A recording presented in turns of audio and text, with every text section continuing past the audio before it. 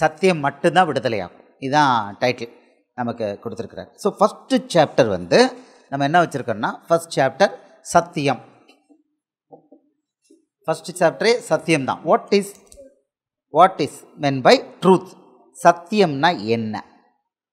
சத்தியம்னா என்ன சொல்லுங்கள் பார்க்கலாம். சத்தியம்னா என்ன? மைக்கில் நீங்கள் சும்மா சொல்லலாம்.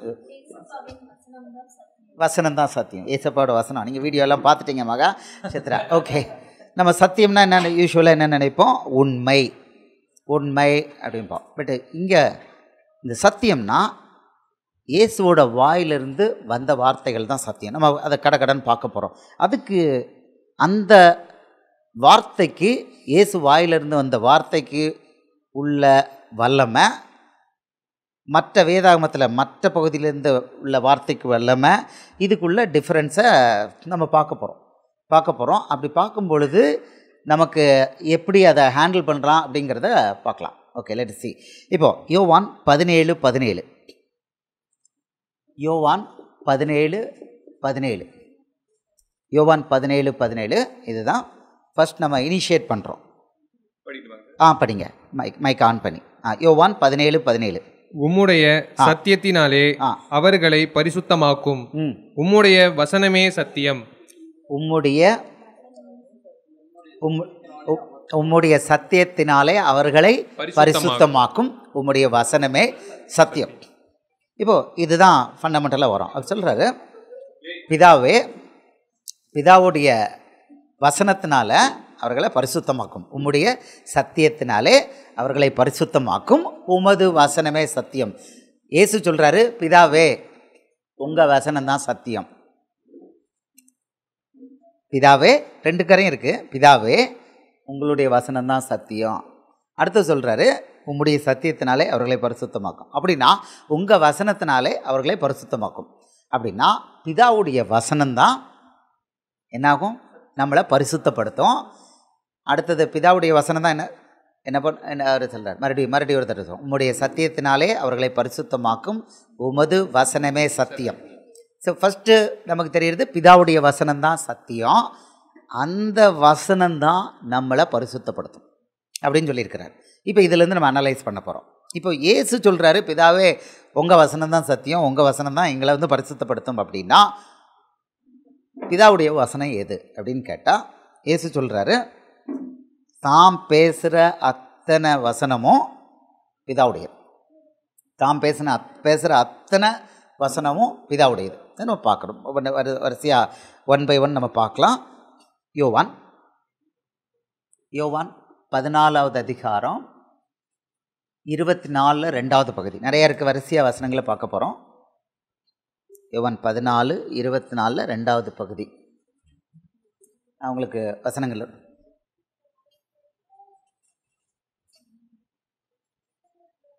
ஒரு இடத்துல 2 இடத்துல இல்லை, அவர் சொல்கிறாரு நிறைய இடத்துல சொல்கிறார். நாம் பேசுகிற வசனங்கள். யோவான் 14:24, யோவான் 12வது அதிகாரம் 49, 50. யோவான் 12:49 படிங்களேன். யோவான் 12:49 படிங்க, இன்னும் நச்சுன்னு கிளியராக இருக்கும். யோவான் 12:49. நான் சுயமாய் பேசவில்லை,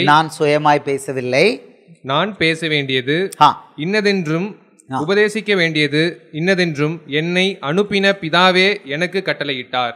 ஆமென். அடுத்த 50வது வசனமும் படிச்சிருங்க. அவருடைய கட்டளை நித்திய ஜீவனாய் இருக்கிறது என்று அறிவேன். ஆகையால் நான் பேசுகிறவைகளை பிதா எனக்கு சொன்னபடியே பேசுகிறேன் என்றார். நான் பேசுகிறவைகளை எப்படியா? பிதா எனக்கு சொன்னபடியே பேசுகிறேன்.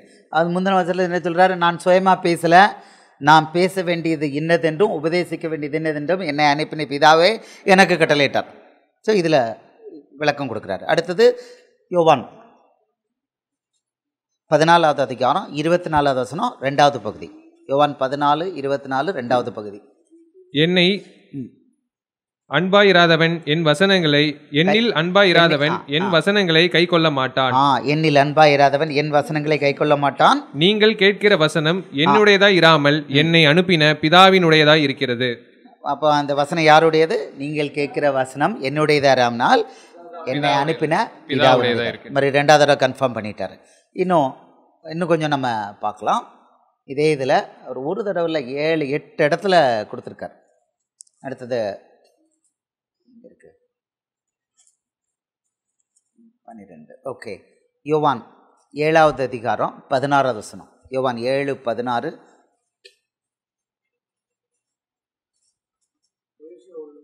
இயேசு அவர்களுக்கு பிரத்யுத்தரமாக, என் உபதேசம் என்னுடையதா இராமல் என்னை அனுப்பினவருடையதா இருக்கிறது. என் உபதேசம் என்னுடையதா இராமல் என்னை அனுப்பினவருடையதா. ஓகே, அடுத்தது 8:26. 8:26. உங்களை குறித்து பேசவும் நியாயம் தீர்க்கவும் எனக்கு அநேக காரியங்கள் உண்டு. என்னை அனுப்பினவர் சத்தியமுள்ளவர், நான் அவரிடத்தில் கேட்டவைகளை உலகத்துக்கு சொல்லுகிறேன் என்றார். அவர்கிட்ட கேட்டதான் சொல்றாரு. ஓகே, இதையும் பற்றி யோவான் 5:19-20. யோவான் 5:19-20. அப்பொழுது இயேசு அவர்களை நோக்கி, மெய்யாகவே மெய்யாகவே நான் உங்களுக்கு சொல்லுகிறேன், பிதாவானவர் செய்ய குமாரன் காண்கிறதெதுவோ அதையே அன்றி வேறொன்றையும் தாமாய் செய்ய மாட்டார். அவர் எவைகளை செய்கிறாரோ அவைகளை குமாரனும் அந்தபடியே செய்கிறார். அப்போ குமாரன் செஞ்சது பேசுனதெல்லாம் யாரு? பிதா என்ன செய்கிறாரோ அதை பார்த்து தான் செய்கிறாரு. அவர் சொன்னதை கேட்டு செய்கிறாரு, அவர் செஞ்சதை பார்த்தும் செய்கிறாரு. அடுத்தது யோவான் 14வது அதிகாரம் 10வது வசனம்.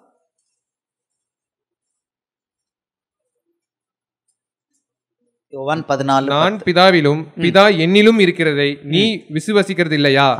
நான் உங்களுடனே சொல்லுகிற வசனங்களை என் சுயமாய் சொல்லவில்லை. என்னிடத்தில் வாசமாய் இருக்கிற பிதாவானவரே இந்த கிரியைகளை செய்து வருகிறார். அப்போ அவர் பேசல, சுயமா பேசல, அவருடைய வாசமா இருக்கிற பிதா தான் பண்றாரு. இயேசு பேசினதெல்லாம் பிதாவுடையது. இவ்வளோ போதுமா, இன்னும் வேணுமா? இல்லை, நம்ம ஓரளவு கவர் பண்ணிட்டோம். ஆமாம். ஸோ இயேசு பேசினது அவ்வளவும், அவர் செஞ்சது அவ்வளவும் பிதா சொன்னதை கேட்டு சொல்லியிருக்காரு. பிதா என்ன செய்கிறாரோ அதை இவர் செஞ்சுருக்கிறார். சுயமாக ஒன்றுமே பண்ணலை.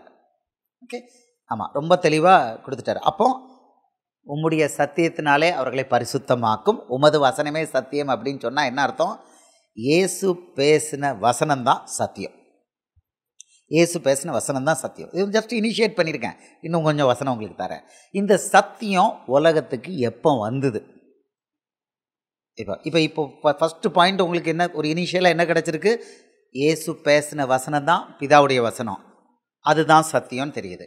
இப்போ ரெண்டாவது இந்த சத்தியம் எப்போ வந்தது அப்படின்னா, நமக்கு தெரியும் இயேசு தான் வந்தார்னா இயேசு மூலம் தான் வந்திருக்கு. நம்ம அதில் வசனத்து மூலம் கன்ஃபார்ம் பண்ணிப்போம். யோவான் 1வது அதிகாரம் 18வது வசனம். யோவான் 1:18. சத்தியம் எப்போ உலகத்துக்கு வந்தது அப்படிங்கிறத நம்ம பார்த்துக்கலாம். பழைய ஏற்பாட்டில் அது இருக்கா இல்லையா? தேவனே 1:18. யோவான் 1:18. அதாங்க சார். தேவனே ஒருவனும் ஒரு 17 பாருங்க, படி. 1:17 மன்னிச்சுக்கோங்க. 1:17. எப்படி எனில் நியாயப்பிரமாணம் மோசேயின் மூலமாய் கொடுக்கப்பட்டது, கிருபையும் சத்தியமும் இயேசு கிறிஸ்துவின் மூலமாய் உண்டாயின. கிருபையும் சத்தியம் யார் மூலமா உண்டாயினா? இயேசு கிறிஸ்துவின் மூலமாய் உண்டாயின. ரொம்ப தெளிவாக இருக்கணும். அப்படின்னா சத்தியம் பழைய ஏற்பாட்டில் இருக்கா இந்த வசனத்தின்படி? நியாயப்பிரமாணம் அவர் அதில் டிஸ்டிங்ஷன் பண்ணி அதை பிரித்து காமிச்சிருக்காரு பாருங்க. நியாயப்பிரமாணம் மோசே மூலமாய் தரப்பட்டது, கிருபையும் சத்தியமும் இயேசு கிறிஸ்து மூலமாய் உண்டாயின. இயேசு கிறிஸ்து மூலம் தான் உண்டாயிருக்கு. எது? கிருபை சத்தியம் ரெண்டும். அப்படின்னா பழைய ஏற்பாட்டில் சத்தியம் இருக்குதா இந்த வசனத்தின்படி? இல்லை. அடுத்தது இயேசு ரொம்ப தெளிவாக சொல்கிறார். யோவான் 14:6 நமக்கு எல்லாருக்கும் தெரியும். நானே வழியும் சத்தியமும் ஜீவனுமாய் இருக்கிறேன். இயேசு தான் நானே அப்படின்ட்டார். அப்போ இங்கேயும் கன்ஃபார்ம் பண்ணிட்டாரு, இயேசு தான் சத்தியம், அவர் வாயிலிருந்து வந்த வார்த்தைகள் தான் சத்தியம். ஆமாம், பழைய ஏற்பாட்டில் உள்ளது மோசே மூலம் கொடுக்கப்பட்டது நியாயப்பிரமாணம், அது வேறு. அதுக்கு இந்த வல்லமை கிடையாது. இவ்வளவு இடத்துல அவர் சொல்லியிருக்கிறதுக்கு காரணம் இதுதான். இவ்வளோ இடத்துக்கு சொல்லி காரணம், ஒரு சில காரியங்களை சொல்ல வர்றாரு. இவரோட வார்த்தை தான் இன்றைக்கி கரன்சி. பழைய வார்த்தைக்கு பவர் கிடையாது, அதுதான் சொல்ல வர்றாரு. ஆமாம். இப்போ இந்த சத்தியத்துக்குள்ள முக்கியமான இதை கேரக்டரிஸ்டிக்கை நம்ம பார்ப்போம். இப்போ நம்ம ஃபஸ்ட்டு இப்போ ஒரு ரிக்காப் பண்ணிப்போம். சைலண்டில் போட்டு ரிசீவ் பண்ணுங்கள். புரியுது அதுதான். இன்னொருத்தட்ட வேற ஒருத்தட்ட நம்பரை கொடுத்துருங்க. ஆயிடுச்சு, நிறைய நேரம் ஆயிடுச்சு. நீங்கள் என்ன பண்ணுங்கள், இன்னொருத்தட்ட ஃபோனை கொடுத்து அவங்க வந்து ரிசீவ் பண்ணி ஆளுகளை கைட் பண்ணுறோம். நீங்கள் பண்ணாதீங்கண்ணா. ஓகே. ஸோ இப்போ நம்ம பார்க்குறோம். மறுபடியும் ஒரு ரிகாப் கொடுக்குறேன். ஃபஸ்ட்டு பார்த்தோம் சத்தியம், இயேசுடைய வாயிலிருந்து வார்த்தை தான் சத்தியம். பிதா சொன்ன பிதாவுடைய வசனம் தான் சத்தியம். அதை இயேசு வந்து பேசியிருக்காரு. அதை உமது சத்தியத்தினாலே அவர்களை பரிசுத்தமாக்கும், உமது வசனமே சத்தியம். அதுதான் பரிசுத்தமாக்கும், பிதாவுடைய வசனம்தான் சத்தியம் அப்படின்னு சொல்லிட்டார். அதுக்கு பிறகு இத்தனை வசனங்கள் நம்ம பார்த்தோம். இயேசுடைய வசனம் தான் யாருடைய வசனம்? பிதாவுடைய வசனம். அப்போ இயேசுடைய வசனம் தான் சத்தியம். 1+1 2. இது எப்போ வந்தது நம்ம பார்த்தோம். 1:17 படி சத்தியம், கிருபையும் சத்தியமும் இயேசு கிறிஸ்து மூலம் தான் உண்டாச்சு. பழைய ஏற்பாட்டில் அது கிடையாது. அதுக்கு பிறகு அவர் கன்ஃபார்ம் பண்ணுறார் யோவான் 14:6 நானே வழியும் சத்தியமும் ஜீவனுமாக இருக்கிறேன். இது வரைக்கும் கிளியர் ஆயிடுச்சா? இப்போ உங்களுக்கு ஒரு சின்ன டீட்டோர் கொண்டு போகிறேன். இந்த சத்தியத்துக்குள்ள பவரை பார்க்குறதுக்கு முன்னால் ஒரு சின்ன டீட்டோர். இப்போ இவ்வளோ நேரம் உங்கள் வசனம் தான் சத்தியம் அப்படின்னு சொல்லியிருக்காரு. நான் உங்கள் வார்த்தையை தான்ப்பா பேசியிருக்கேன்னு, பிதாவே உங்கள் வார்த்தையை தான் நான் பேசியிருக்கேன் அப்படிங்கிறாரு. இதுக்கு கன்ஃபர்மேஷன் உபாகமம் 18வது அதிகாரம் 18-19 பழைய ஏற்பாடு. உபாகமம் 18-19 இது இயேசுவை குறித்த தீர்க்க தரிசனம். மோசேட்ட சொல்றாரு, உன்னை போல ஒரு தீர்க்கதரிசியை இந்த நியாயப்பிரமாணத்தின் உபாகமம் 18-19 என் நாமத்தினாலே அவர் சொல்லும் 18வது வசனம். மோசே உன்னை போல ஒரு தீர்க்கதரிசியை நான் அவர்களுக்காக அவர்கள் சகோதரரிலிருந்து எழுப்ப பண்ணி என் வார்த்தைகளை அவர் வாயில் அருளுவேன். நான் அவருக்கு கற்பிப்பதை எல்லாம் அவர்களுக்கு சொல்லுவார். அடுத்த வசனம். என் நாமத்திலே அவர் சொல்லும் என் வார்த்தைகளுக்கு என் நாமத்தினாலே அவர் சொல்லும் என் வார்த்தைகளுக்கு செவி கொடாதவன் எவனோ அவனை நான் விசாரிப்பேன். இப்போ இதில் மறுபடி சொல்றாரு, மோசே கிட்ட சொல்றாரு, மோசே நீ சொன்னது சரிதான். உன்னை போல ஒரு தீர்க்கதரிசியை நான் அவர்களுக்காக அவர்கள் சகோதரத்திலிருந்து எழும்ப பண்ணி என் வார்த்தைகளை அவர் வாயில் அருள்வேன். கிளியராக சொல்லிட்டார். அவரை எழுப்பி என் வார்த்தையை அவர் வாயில் அருள்வேன். அப்புறம் சொல்கிறாரு, என் நாமத்து நிமித்தம் அவர் சொல்லும் வார்த்தைகளுக்கு செவி கூடாதவன் எவனோ அவனை நான் விசாரிப்பேன். இதனால் அங்கே இதில் அப்போஸ்தலரில் சொல்கிறான், பவுல் அப்போஸ்தலன் இவன் சொல்கிறான், பேதுரு சொல்கிறான், அறுப்புண்டு போடுவேன். அவனுக்கு பனிஷ்மெண்ட் டெத்து. அவருடைய வார்த்தைக்கு செவி கொடுக்காதவனுக்கு டெத்து. அப்போது இது வந்து இயேசு பிறக்கிறதுக்கு 1450 வருஷத்துக்கு முன்னால் எழுதப்பட்ட வசனம். அது இயேசு குறித்த தீர்க்க தரிசனம். நான் உன்னை போல ஒரு தீர்க்கதரிசி எழும்ப பண்ணி என் வார்த்தையை அவர் வாயில் அருள்வேன். இங்கே இருக்கு. அதன்படி தான் இயேசு உலகம் பேசியிருக்கார். ஸோ எல்லாமே கனெக்டட். உங்களுக்கு ஒரு வார்த்தைக்கு எவ்வளோ கனெக்ஷன் இருக்குது பார்த்தீங்களா? எவ்வளோ கனெக்ஷன். இப்போ இது வரைக்கும் உள்ளதில் கேள்வி இருந்தால் கேட்கலாம். இது வரைக்கும் உள்ளது கேள்வி கேட்கலாம். ஓகே, சரி. இது வரைக்கும் கிளியராக இருக்குல்ல? கிளியராக இருக்குது. இப்போ நான் 1450 வருஷத்துக்கு முன்னால் உங்களை கூட்டு போயிட்டேன். இதெல்லாம் 2000, இது 3450 வருஷம். இதெல்லாம் 2000 வருஷத்துக்கு முன்னால் எழுதுனது. இது 3450 வருஷத்துக்கு முன்னால் எழுதுனது. கன்ஃபர்மேஷன். இப்போ அடுத்தது பார்க்க போகிறோம். இந்த சத்தியத்துக்குள்ள பவர் என்னன்னு பார்க்க போகிறோம். பவர் வந்து இதுதான் அல்டிமேட். இதுக்கு மேலே ஒன்றும் கிடையாது. அதை நம்ம பார்க்க போகிறோம். இந்த சத்தியத்துக்குள்ள பவர் என்னென்னா, ஃபஸ்ட்டு இதே வசனத்தில் சொல்கிறார். யோவான் 14:6 சொல்கிறாரு, நானே வழி. இதுதான் வழி. இது வழி, சத்தியம், ஜீவன். அப்புறம் என்னம்மா, பரலோகம் போகிறதுக்கு இதுதான் என்னால் எல்லாமே ஒருவனும் பிதாவின் இடத்தில் வரார். அப்போ பரலோகத்துக்கு போகிறதுக்கு ஒரே வழி இந்த சத்தியம் மட்டும்தான். இயேசுவோட வசனம் தான். பரலோகத்துக்கு போகிறதுக்கு ஒரே வழி எது ஐயா? இயேசுவோட வசனம் மட்டும்தான். வேற வழி கிடையாது. என்ன சொல்லிட்டாரு? நானே வழியும், நான் தான் சத்தியம், நான் தான் ஜீவன், என்னால் மேலே ஒருவனும் பிதாவினத்து வர. இதை கொடுத்துட்டாரு.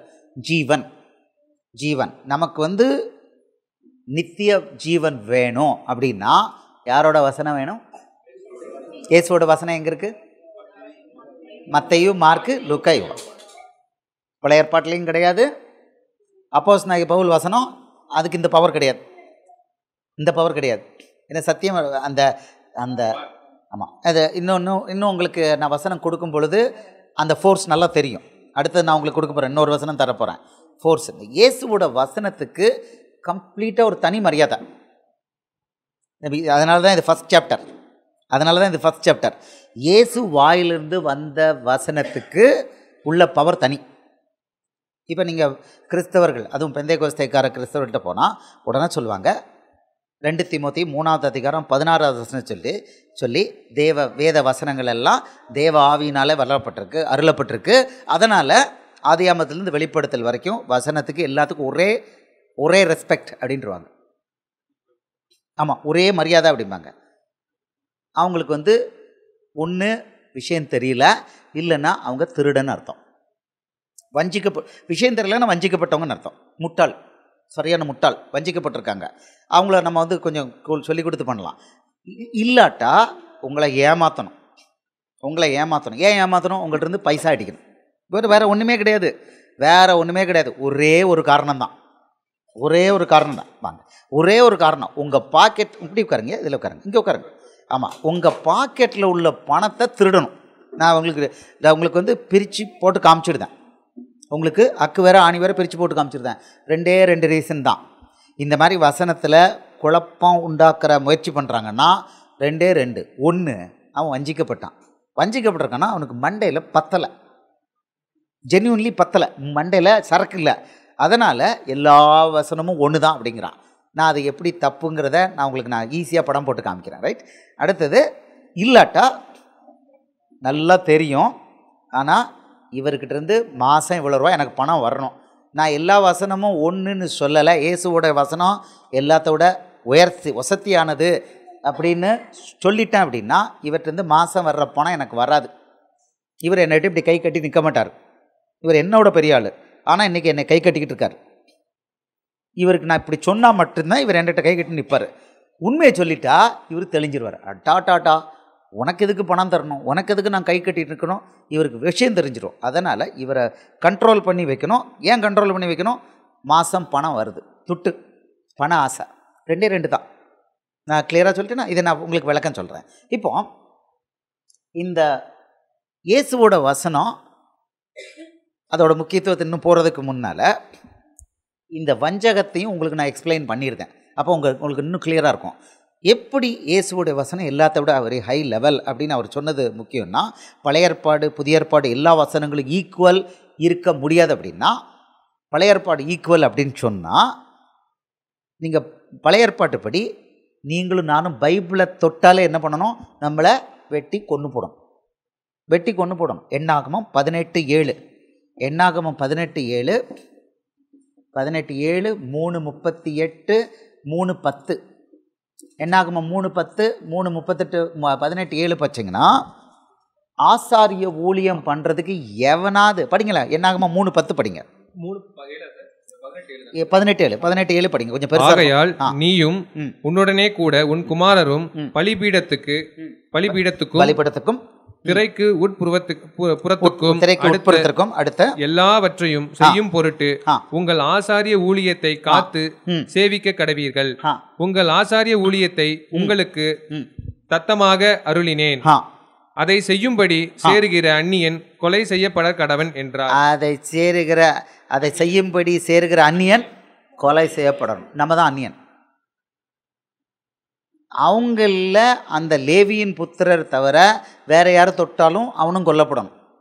நம்மெல்லாம் பக்கத்திலே போக முடியாது. பக்கத்தில் போன அங்கே இருக்குது 1:51 என்னாம 1:51 படி நீங்கள் உடன்படிக்கை பெட்டி பக்கத்தில் போனால் கொண்டு விடுவான். நமக்கு ரைட்டே கிடையாது. அப்படின்னா பழைய ஏற்பாடு வசனங்கள் ஈக்குவல் அப்படின்னு சொன்னால், இத்தனை வசனங்கள் இருக்குது. இந்த பைபிளை தூக்குனா என்ன ஆகணும்? நம்மளை கொண்டு போடணும். அடுத்தது இன்னொன்று உங்களுக்கு தர, யாத்ராகமம் 35:1-2 யாத்ராகமம் 35வது அதிகாரம் 1-2 இதில் பார்த்தீங்கன்னா, 7வது நாள் ஓய்வு நாள் அன்னைக்கு வேலை செய்கிற எவனும் கொலை செய்யப்படணும். இப்போ பழைய ஏற்பாடு எல்லா வசனமும் ஈக்குவல், இன்றைக்கி அப்ளிகபிள் அப்படின்னா ஓய்வு நாள் எதுன்னு ஒரு ஆள் நமக்கு டிஃபைன் பண்ணணும். அது சனிக்கிழமையா ஞாயிற்றுக்கிழமையான்னு சொல்லணும். சரி, ஞாயிற்றுக்கிழமை அப்படின்னு டிஃபைன் பண்ணிட்டா, அப்போ ஞாயிற்றுக்கிழமை யாரும் வீட்டை விட்டு வெளியில் வரக்கூடாது. வீட்டை விட்டு வெளியில் வந்தால் இந்த வசனத்தின்படி கொண்டு போடணும். அடுத்தது 3வது வசனம், யாத்திராகவும் 35:3. ஓய்வு நாளில் உங்கள் வாசஸ்தலங்களில் எங்கும் நெருப்பு மூடாதிருப்பீர்களாக என்னும் இவ்வார்த்தைகளை கை கொள்ளும்படி கர்த்தர் கட்டளையிட்டார் என்றான். யார் கட்டளையிட்டாயா? அப்போ நீங்கள் ஓய்வு நாள் அன்னைக்கு ஓய்வு நாள் உண்டுன்னு சொன்னால், ஓய்வு நாள் அன்னைக்கு நீங்கள் கேஸ் அடுப்பை பற்ற வச்சா கர்த்தருடைய கட்டளை மீறியாச்சு. கர்த்தருடைய கட்டளை மீறினா பழைய ஏற்பாட்டில் சும்மா ஒரு வாரம் 2 வாரம் பனிஷ்மெண்ட்டு, சபையை விட்டு தள்ளி அந்த ஜல்லை கிடையாது, கல்லெறிஞ்சு கொண்டுடணும். இப்படி தான், மெர்சியே கிடையாது, ஏன்னா கிருபை கிடையாது, கல்லெறிஞ்சு கொண்டு போடணும். அப்படி தான். நீங்கள் யோசிப்பீங்க என்னடா ரொம்ப எக்ஸாஜரேட் பண்ணுறாருன்னு. அங்கே என்னாகுமா 15வது அதிகாரம் 32வது வசனம், ஒருத்தன் ஓய்வு நாள் அன்னைக்கு விறகு தான் பொறுக்கிக்கிட்டு இருந்தான். என்னாகுமா 15:32. அவன் ஓய்வு நாள் அன்னைக்கு விறகு பொறுக்கிட்டு இருந்தான். உடனே அவனை பிடிச்சிட்டு இவனுக்கு என்ன பண்ணணும் அப்படின்னு கேட்குறாங்க. கர்த்தர்கிட்ட கேட்குறாங்க. கர்த்தர் சொல்கிறாரு, அவன் சாக வேண்டும். படிக்கிறீங்களா? இஸ்ரவேல் புத்திரர் வனாந்திரத்தில் இருக்கையில் ஓய்வு நாளில் விறகுகளை பொறுக்கி கொண்டிருந்த ஒரு மனிதனை கண்டுபிடித்தார்கள். விறகுகளை பொறுக்கின அந்த மனிதனை கண்டுபிடித்தவர்கள் அவனை மோசே ஆரோன் என்பவரிடத்திற்கும் சபையார் அனைவரிடத்திற்கும் கொண்டு வந்தார்கள். அவனுக்கு செய்ய வேண்டியது இன்னதென்று தீர்க்கமான உத்தரவு இல்லாதபடியினால் அவனை காவலில் வைத்தார்கள். அடுத்தபடிங்க, கர்த்தர் மோசேயை நோக்கி, அந்த மனிதன் நிச்சயமாக கொலை செய்யப்பட வேண்டும். எப்படிங்க கொலை செய்யப்பட? எதுக்கு? விறகு பொறுக்குனா ஓய்வு நாள். அடுத்த படிங்க, என்ன ஆச்சுன்னு பாருங்க. சபையார் எல்லோரும் அவனை பாளையத்திற்கு புறம்பே கல்லெறிய கடவர்கள் என்றார். அப்பொழுது சபையார் எல்லோரும் கர்த்தர் மோசேக்கு கட்டளையிட்டபடியே அவனை பாளையத்திற்கு புறம்பே கொண்டு போய் கல்லெறிந்தார்கள். அவன் செத்தான் நம்ம சொல்லுவோம் பார்த்தீங்களா, செத்தான். எதுக்கு? கொலையா பண்ணா? விறகு பொறுக்குனா. அப்போ விறகு பொறுக்குனதுக்கே இதுன்னா, பைக் எடுத்து கார் எடுத்து ஓட்டினா என்னன்னு பாருங்கள். நீங்கள் இங்கிறது கோயம்புத்தூர்லேருந்து சேலத்துக்கு பைக் எடுத்து கார் எடுத்துகிட்டு போனீங்கன்னா ஒரு தடவை இல்லை 10 தடவை கல்லெறிஞ்சு கொள்ளணும். அப்போ பழைய ஏற்பாட்டு வசனங்கள்லாம் இன்றைக்கும் அப்படியே நமக்கு அப்ளிகபிள் அப்படின்னு சொன்னால் இதுதான் லட்சணம். இந்த கஷ்டத்தில் இருந்ததை இயேசு நம்மளை மீட்டிருக்கார். இதுலேருந்து இந்த அடிமைத்தனம் இவ்வளோ பெரிய கஷ்டத்திலிருந்து நம்மளை ரிலீஸ் பண்ணியிருக்காரு, சுயாதீனம் கொடுத்துருக்காரு. சுயாதீனத்துக்கு அழைக்கப்பட்டவர் சொல்கிறாரு. கலாத்தியர் 5வது அதிகாரம் 13வது வசனத்தில் சொல்கிறாரு. அப்போஸ்தலனாகிய பவுலை வச்சு சொல்கிறாரு. கலாத்தியர் 5:13. சுயாதீனம் நமக்கு இது கிடையாது. இனிமேல் இந்த நியாயப்பிரமாணம் பழைய ஏற்பாட்டு நியமம் ஒன்றுமே கிடையாது, நமக்கு ஒன்றுமே கிடையாது. சுயாதீனத்திற்கு அழைக்கப்பட்டீர்கள். கலாத்தியர் அவர் தேடுறாரு நம்மளை படிங்க. சகோதரரே நீங்கள் சுயாதீனத்திற்கு அழைக்கப்பட்டீர்கள். இந்த சுயாதீனத்தை நீங்கள் மாம்சத்துக்கு எதுவாக அனுசரியாமல் அன்பினாலே ஒருவருக்கொருவர் ஊழியம் செய்யுங்கள். இது கிடையாது. இப்போ அன்பினாலே ஊழியம் செய்யணும், இது கிடையாது. இந்த கட்டளை இப்படி பண்ணணும் அப்படி பண்ணணும், இந்த ரிகார்ட்ஸ்லாம் கிடையாது. அப்போது உங்களுக்கு நல்லா தெரிஞ்சிருச்சு. அந்த 2 தீமோத்தேயு 3வது அதிகாரம் 16வது வசனத்தில் வேத வசனங்கள்லாம் தேவ ஆவியினாலே அருளப்பட்டிருக்கு. அதனால் பழைய ஏற்பாடு புதிய ஏற்பாடு அத்தனை வசனங்களும் ஈக்குவல் அப்படிங்கிறது உண்மை இல்லை. இங்கே இயேசு, இப்போ மறுபடியும் நம்ம இயேசுவோட வசனத்தை இம்பார்ட்டன்ஸுக்கு வருவோம். இப்போ இயேசுவோட வசனத்தில் இம்பார்ட்டன்ஸ் என்னென்னா, அவருடைய வசனத்தை மீறினா டேஞ்சர். இயேசுவோட வசனத்தை மீறினா டேஞ்சர். எடுத்துக்கொள்ளுங்க. யோவான் 12வது அதிகாரம் 48வது வசனம்.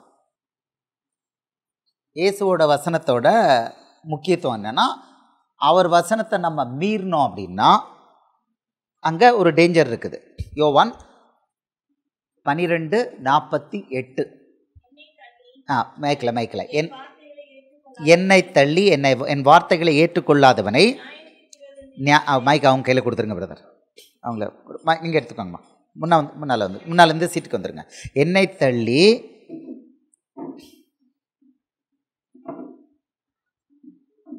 கொஞ்சம் கால் எடுக்கியா? சாரி. ஓகே, மைக் ஆன் பண்ணிக்கோங்கம்மா.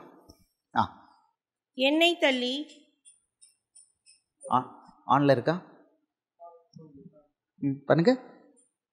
என்னை தள்ளி ஆ என் வார்த்தைகளை ஏற்றுக்கொள்ளாதவனை ஆ நியாயம் தீர்க்கிறதென்றிருக்கிறது. ஆ நான் சொன்ன வசனமே அவனை கடைசி நாளில் நியாயம் தீர்க்கும். இப்போ இந்த வசனத்தை நல்லா கொஞ்சம் இம்பேக்டாக புரிஞ்சுக்கோங்க. இந்த சத்தியங்கிற சாப்டரை ஃபஸ்ட்டு கொண்டு வந்தது காரணம் இதுதான். இதில் உங்களுக்கு நிறைய தெளிவு வரும். என்னை தள்ளி என் வார்த்தைகளை மறுபடியும் படிங்கம்மா. என்னை தள்ளி என் வார்த்தைகளை ஏற்றுக்கொள்ளாதவனை நியாயம் தீர்க்கிறது ஒன்றிருக்கிறது. நான் சொன்ன வசனமே அவனை கடைசி நாளில் நியாயம் தீர்க்கும். இந்த கடைசி நாள் எப்படின்னா, வெளிப்படுத்தல் 19வது அதிகாரம் 11வது வசனம். வெள்ளை சிங்காசனத்தில் ஐயா உட்காந்துருக்காரு, இயேசு ராஜா உட்காந்துருக்காரு. எல்லாரும் அவருக்கு முன்னால் வந்து நிற்கிறாங்க. அந்த நேரத்தில் நியாய தீர்ப்பு. இது வரைக்கும் ஒன்றுமே சொல்ல மாட்டார், செத்தும் போயிடுவான், அங்கே வந்து நிற்பான், நரகம். ஸோ இயேசுவோட வசனத்தை தள்ளுனா என்ன ஆகுது? நியாய தீர்ப்பு. ரிவார்டு கிடையாது, நியாய தீர்ப்பு, தண்டனை. இங்கே கிடையாது, இங்கே இருக்கும், இல்லாமல் இருக்கலாம். பட் அங்கே டெஃபினெட்லி அவுட். அப்போ எவ்வளோ டேஞ்சர். இப்போ டேஞ்சர் புரியுதா? இயேசுவோட வசனத்தை நம்ம இக்னோர் பண்ணலாமா? அப்போ மனுஷன் கொடுத்துருக்கிற கட்டளைகளா, இயேசுவோட கட்டளைகளா அப்படின்னு பார்க்கும் பொழுது, இல்லை பவுல் அப்போஸ்தலனுடையதா, இல்லை பழைய ஏற்பாடா அப்படின்னு பார்க்கும் பொழுது நீங்கள் எதை செலக்ட் பண்ணணும்? இயேசுவோட வசனம். மத்தேயு, மார்க்கு, லூக்கா, யோவான். ஆமாம், இதுதான். இது ரொம்ப பவர்ஃபுல்லாக எழுதப்பட்டுள்ளது. அவர் வார்த்தையை தள்ளிவிடக்கூடாது. அவர் என்ன சொல்லியிருக்கிறாரு? நீங்கள் வந்து கிறிஸ்தவர்கள் ஆனீங்கன்னா எல்லாருடைய வார்த்தைகளையும் கேட்கணும்னா சொல்லியிருக்காரு? இல்லை. யோவான் 14வது அதிகாரம், கொஞ்சம் அடிஷ்னலாக உங்களுக்கு நான் கிளாரிஃபை பண்ணுறேன். யோவான் 14வது அதிகாரம் 15, 23, 24 சொல்கிறாரு, நீங்கள் என்னிடத்தில் அன்பாயிருந்தால் என் கற்பனைகளை கைக்கொள்ளுங்கள். அண்டர்லைன் பண்ணிக்கோங்க, என் கற்பனைகளை கைக்கொள்ளுங்கள். சபை, ரோமன் கத்தோலிக் சபை, சிஎஸ்ஐ சபை, இப்படின்னு நிறைய வச்சுருக்காங்க. சிபிஎம், ஒவ்வொருத்தரும் ஆளுக்கு ஒரு கட்டளை வச்சுருக்காங்க. இதுக்கு ஒன்றுக்கும் வேல்யூவே கிடையாது. அது எதுக்குமே வேல்யூ கிடையாது. இப்படிலாம் கட்டளைலாம் கொடுக்கக்கூடாது. பைபிளை தூக்கி கையில் கொடுத்து மத்தேயு, மார்க்கு, லூக்கா இதுதான் ஃபாலோ பண்ணணும். வேறு முறைமைகள், இப்போ ஆர்சியில் கேனன்ஸ் வச்சுருக்காங்க. ஒரு 1500 கேனன்ஸ் வச்சுருக்காங்க. அதுபடி தான் ஆட்சி நடத்துகிறாங்க. பைபிளில் அதுக்குள்ளே இடமே கிடையாது. இங்கே கிளியராக இருக்குது, நீங்கள் என்னில் அன்பாக இருந்தால் என் கற்பனைகளை கை கொள்ளுங்கள். 23 படிங்கம்மா. இயேசு அவனுக்கு பிரதித்திரமாக, ஒருவன் என்னில் அன்பாயிருந்தால் அவன் என் வசனத்தை கை கொள்ளுவான், அவனில் என் பிதா அன்பாயிருப்பார். அவன் என் வசனத்தை கை கொள்ளுவான். எங்கள் அப்படிங்கிற வார்த்தையே இல்லை. ஒருவன் என்னில் அன்பாயிருந்தால் அவன் என் வசனத்தை கை கொள்வான், அவனில் என் பிதா அன்பாயிருப்பார், நாங்கள் அவனிடத்தில் வந்து அவனோட. அப்பம்தான் நாங்கள்ங்கிறாரு. இயேசுவோட வசனத்தை கை கொண்டா பிதாவும் குமாரனும் வந்து நம்மளோட வந்து நமக்குள்ள வாசம் பண்ணுவாங்களாம். இயேசுவோட வசனம். அப்போ இந்த மொத்த பைபிளில் இயேசு நமக்குள்ளே இருக்கணும்னா எதை படிக்கணும்? மத்தேயு, மார்க்கு, லூக்கா, யோவான். சங்கீதம் மட்டும் படிச்சுக்கிட்டு இருந்தால் என்னாகும்?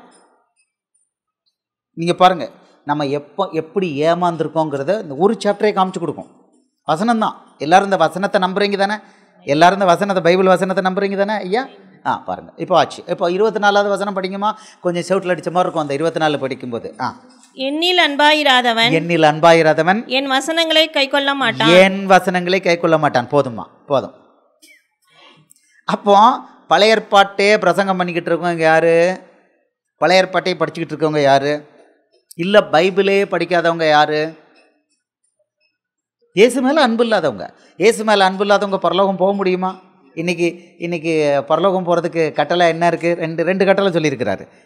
மத்தேயு 22:37-40, இல்லைன்னா மார்க்கு 12:30-31 சொல்கிறார். உன் தேவனாகிய கர்த்தரிடத்தில் உன் முழு இருதயத்தோடும், முழு ஆத்மாவோடும், முழு பலத்தோடும், முழு மனதோடும் அன்பு கூறுவார்கள். இது முதலாம் பிரதான கற்பனை. இதற்கு ஒப்பாயிருக்கிற ரெண்டாம் பிரதான கற்பனை என்னவென்றில், உன்னில் நீ அன்பாக இருக்கிறது போல பிறனிடத்தில் அன்பாக இருக்கணும். அப்போ முதல் பிரதான கற்பனை என்னென்னா, இயேசுவை நேசிக்கணும். முழு இருதயத்தோடு, முழு ஆத்மாவோடு, முழு பலத்தோடு, முழு மனதோடு. இந்த மார்க்கு 12:30 கம்ப்ளீட்டாக இந்த 4 பாயிண்ட் வரும். இந்த மற்ற 22:37 வந்து ஒரு பாயிண்ட் அதில் கம்மியாக இருக்கும். பட் மார்க் 12:30 க்ளீனாக வரும். 4 முழு மனதோடும் ஆத்மாவோடும் வரிசையாக வரும். பலத்தோடு அன்பு கூறணும். அறவாசி கிடையாது, அறவாசி அன்பு கிடையாது.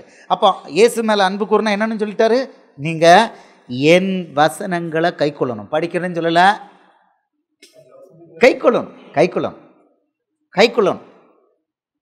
கொஞ்சம் டஃப்பாக தெரியுதா? இதான். பட் நீங்கள் பாருங்கள், இது வந்து இவ்வளோ சிம்பிளாக. நான் வந்து பைபிளை கூட திறந்து கூட பார்க்க மாட்டேங்க. நான் சொல்கிறேன், நம்பரை கூட திறந்து கூட பார்க்காம உங்களுக்கு நான் சொல்கிறேன். அப்படின்னா இது வந்து கஷ்டம் இல்லை. இப்போ நான் கற்றுக் கொடுக்குறது கஷ்டம் இல்லை. நீங்களும் 2 நாள் படித்தீங்கன்னா உங்களுக்கும் வரிசையாக வசனம் தர்ற சரன்னு வந்துடும். ஏன்னா அது உங்களுக்கு இயேசு மேலே அன்பு வந்துட்டுனா வசனம் உள்ளே வந்துடும். யோவான் 5:38 அது பாட்டுக்கு வரும், அது பாட்டு ஃப்ளோ, அது பாட்டுக்கு வரும். இப்போ கொடுத்துட்டாருங்க. இயேசு மேலே அன்பாக இருக்கிறது தான் முதல் பிரதான கற்பனை பரலோகம் போகிறதுக்கு.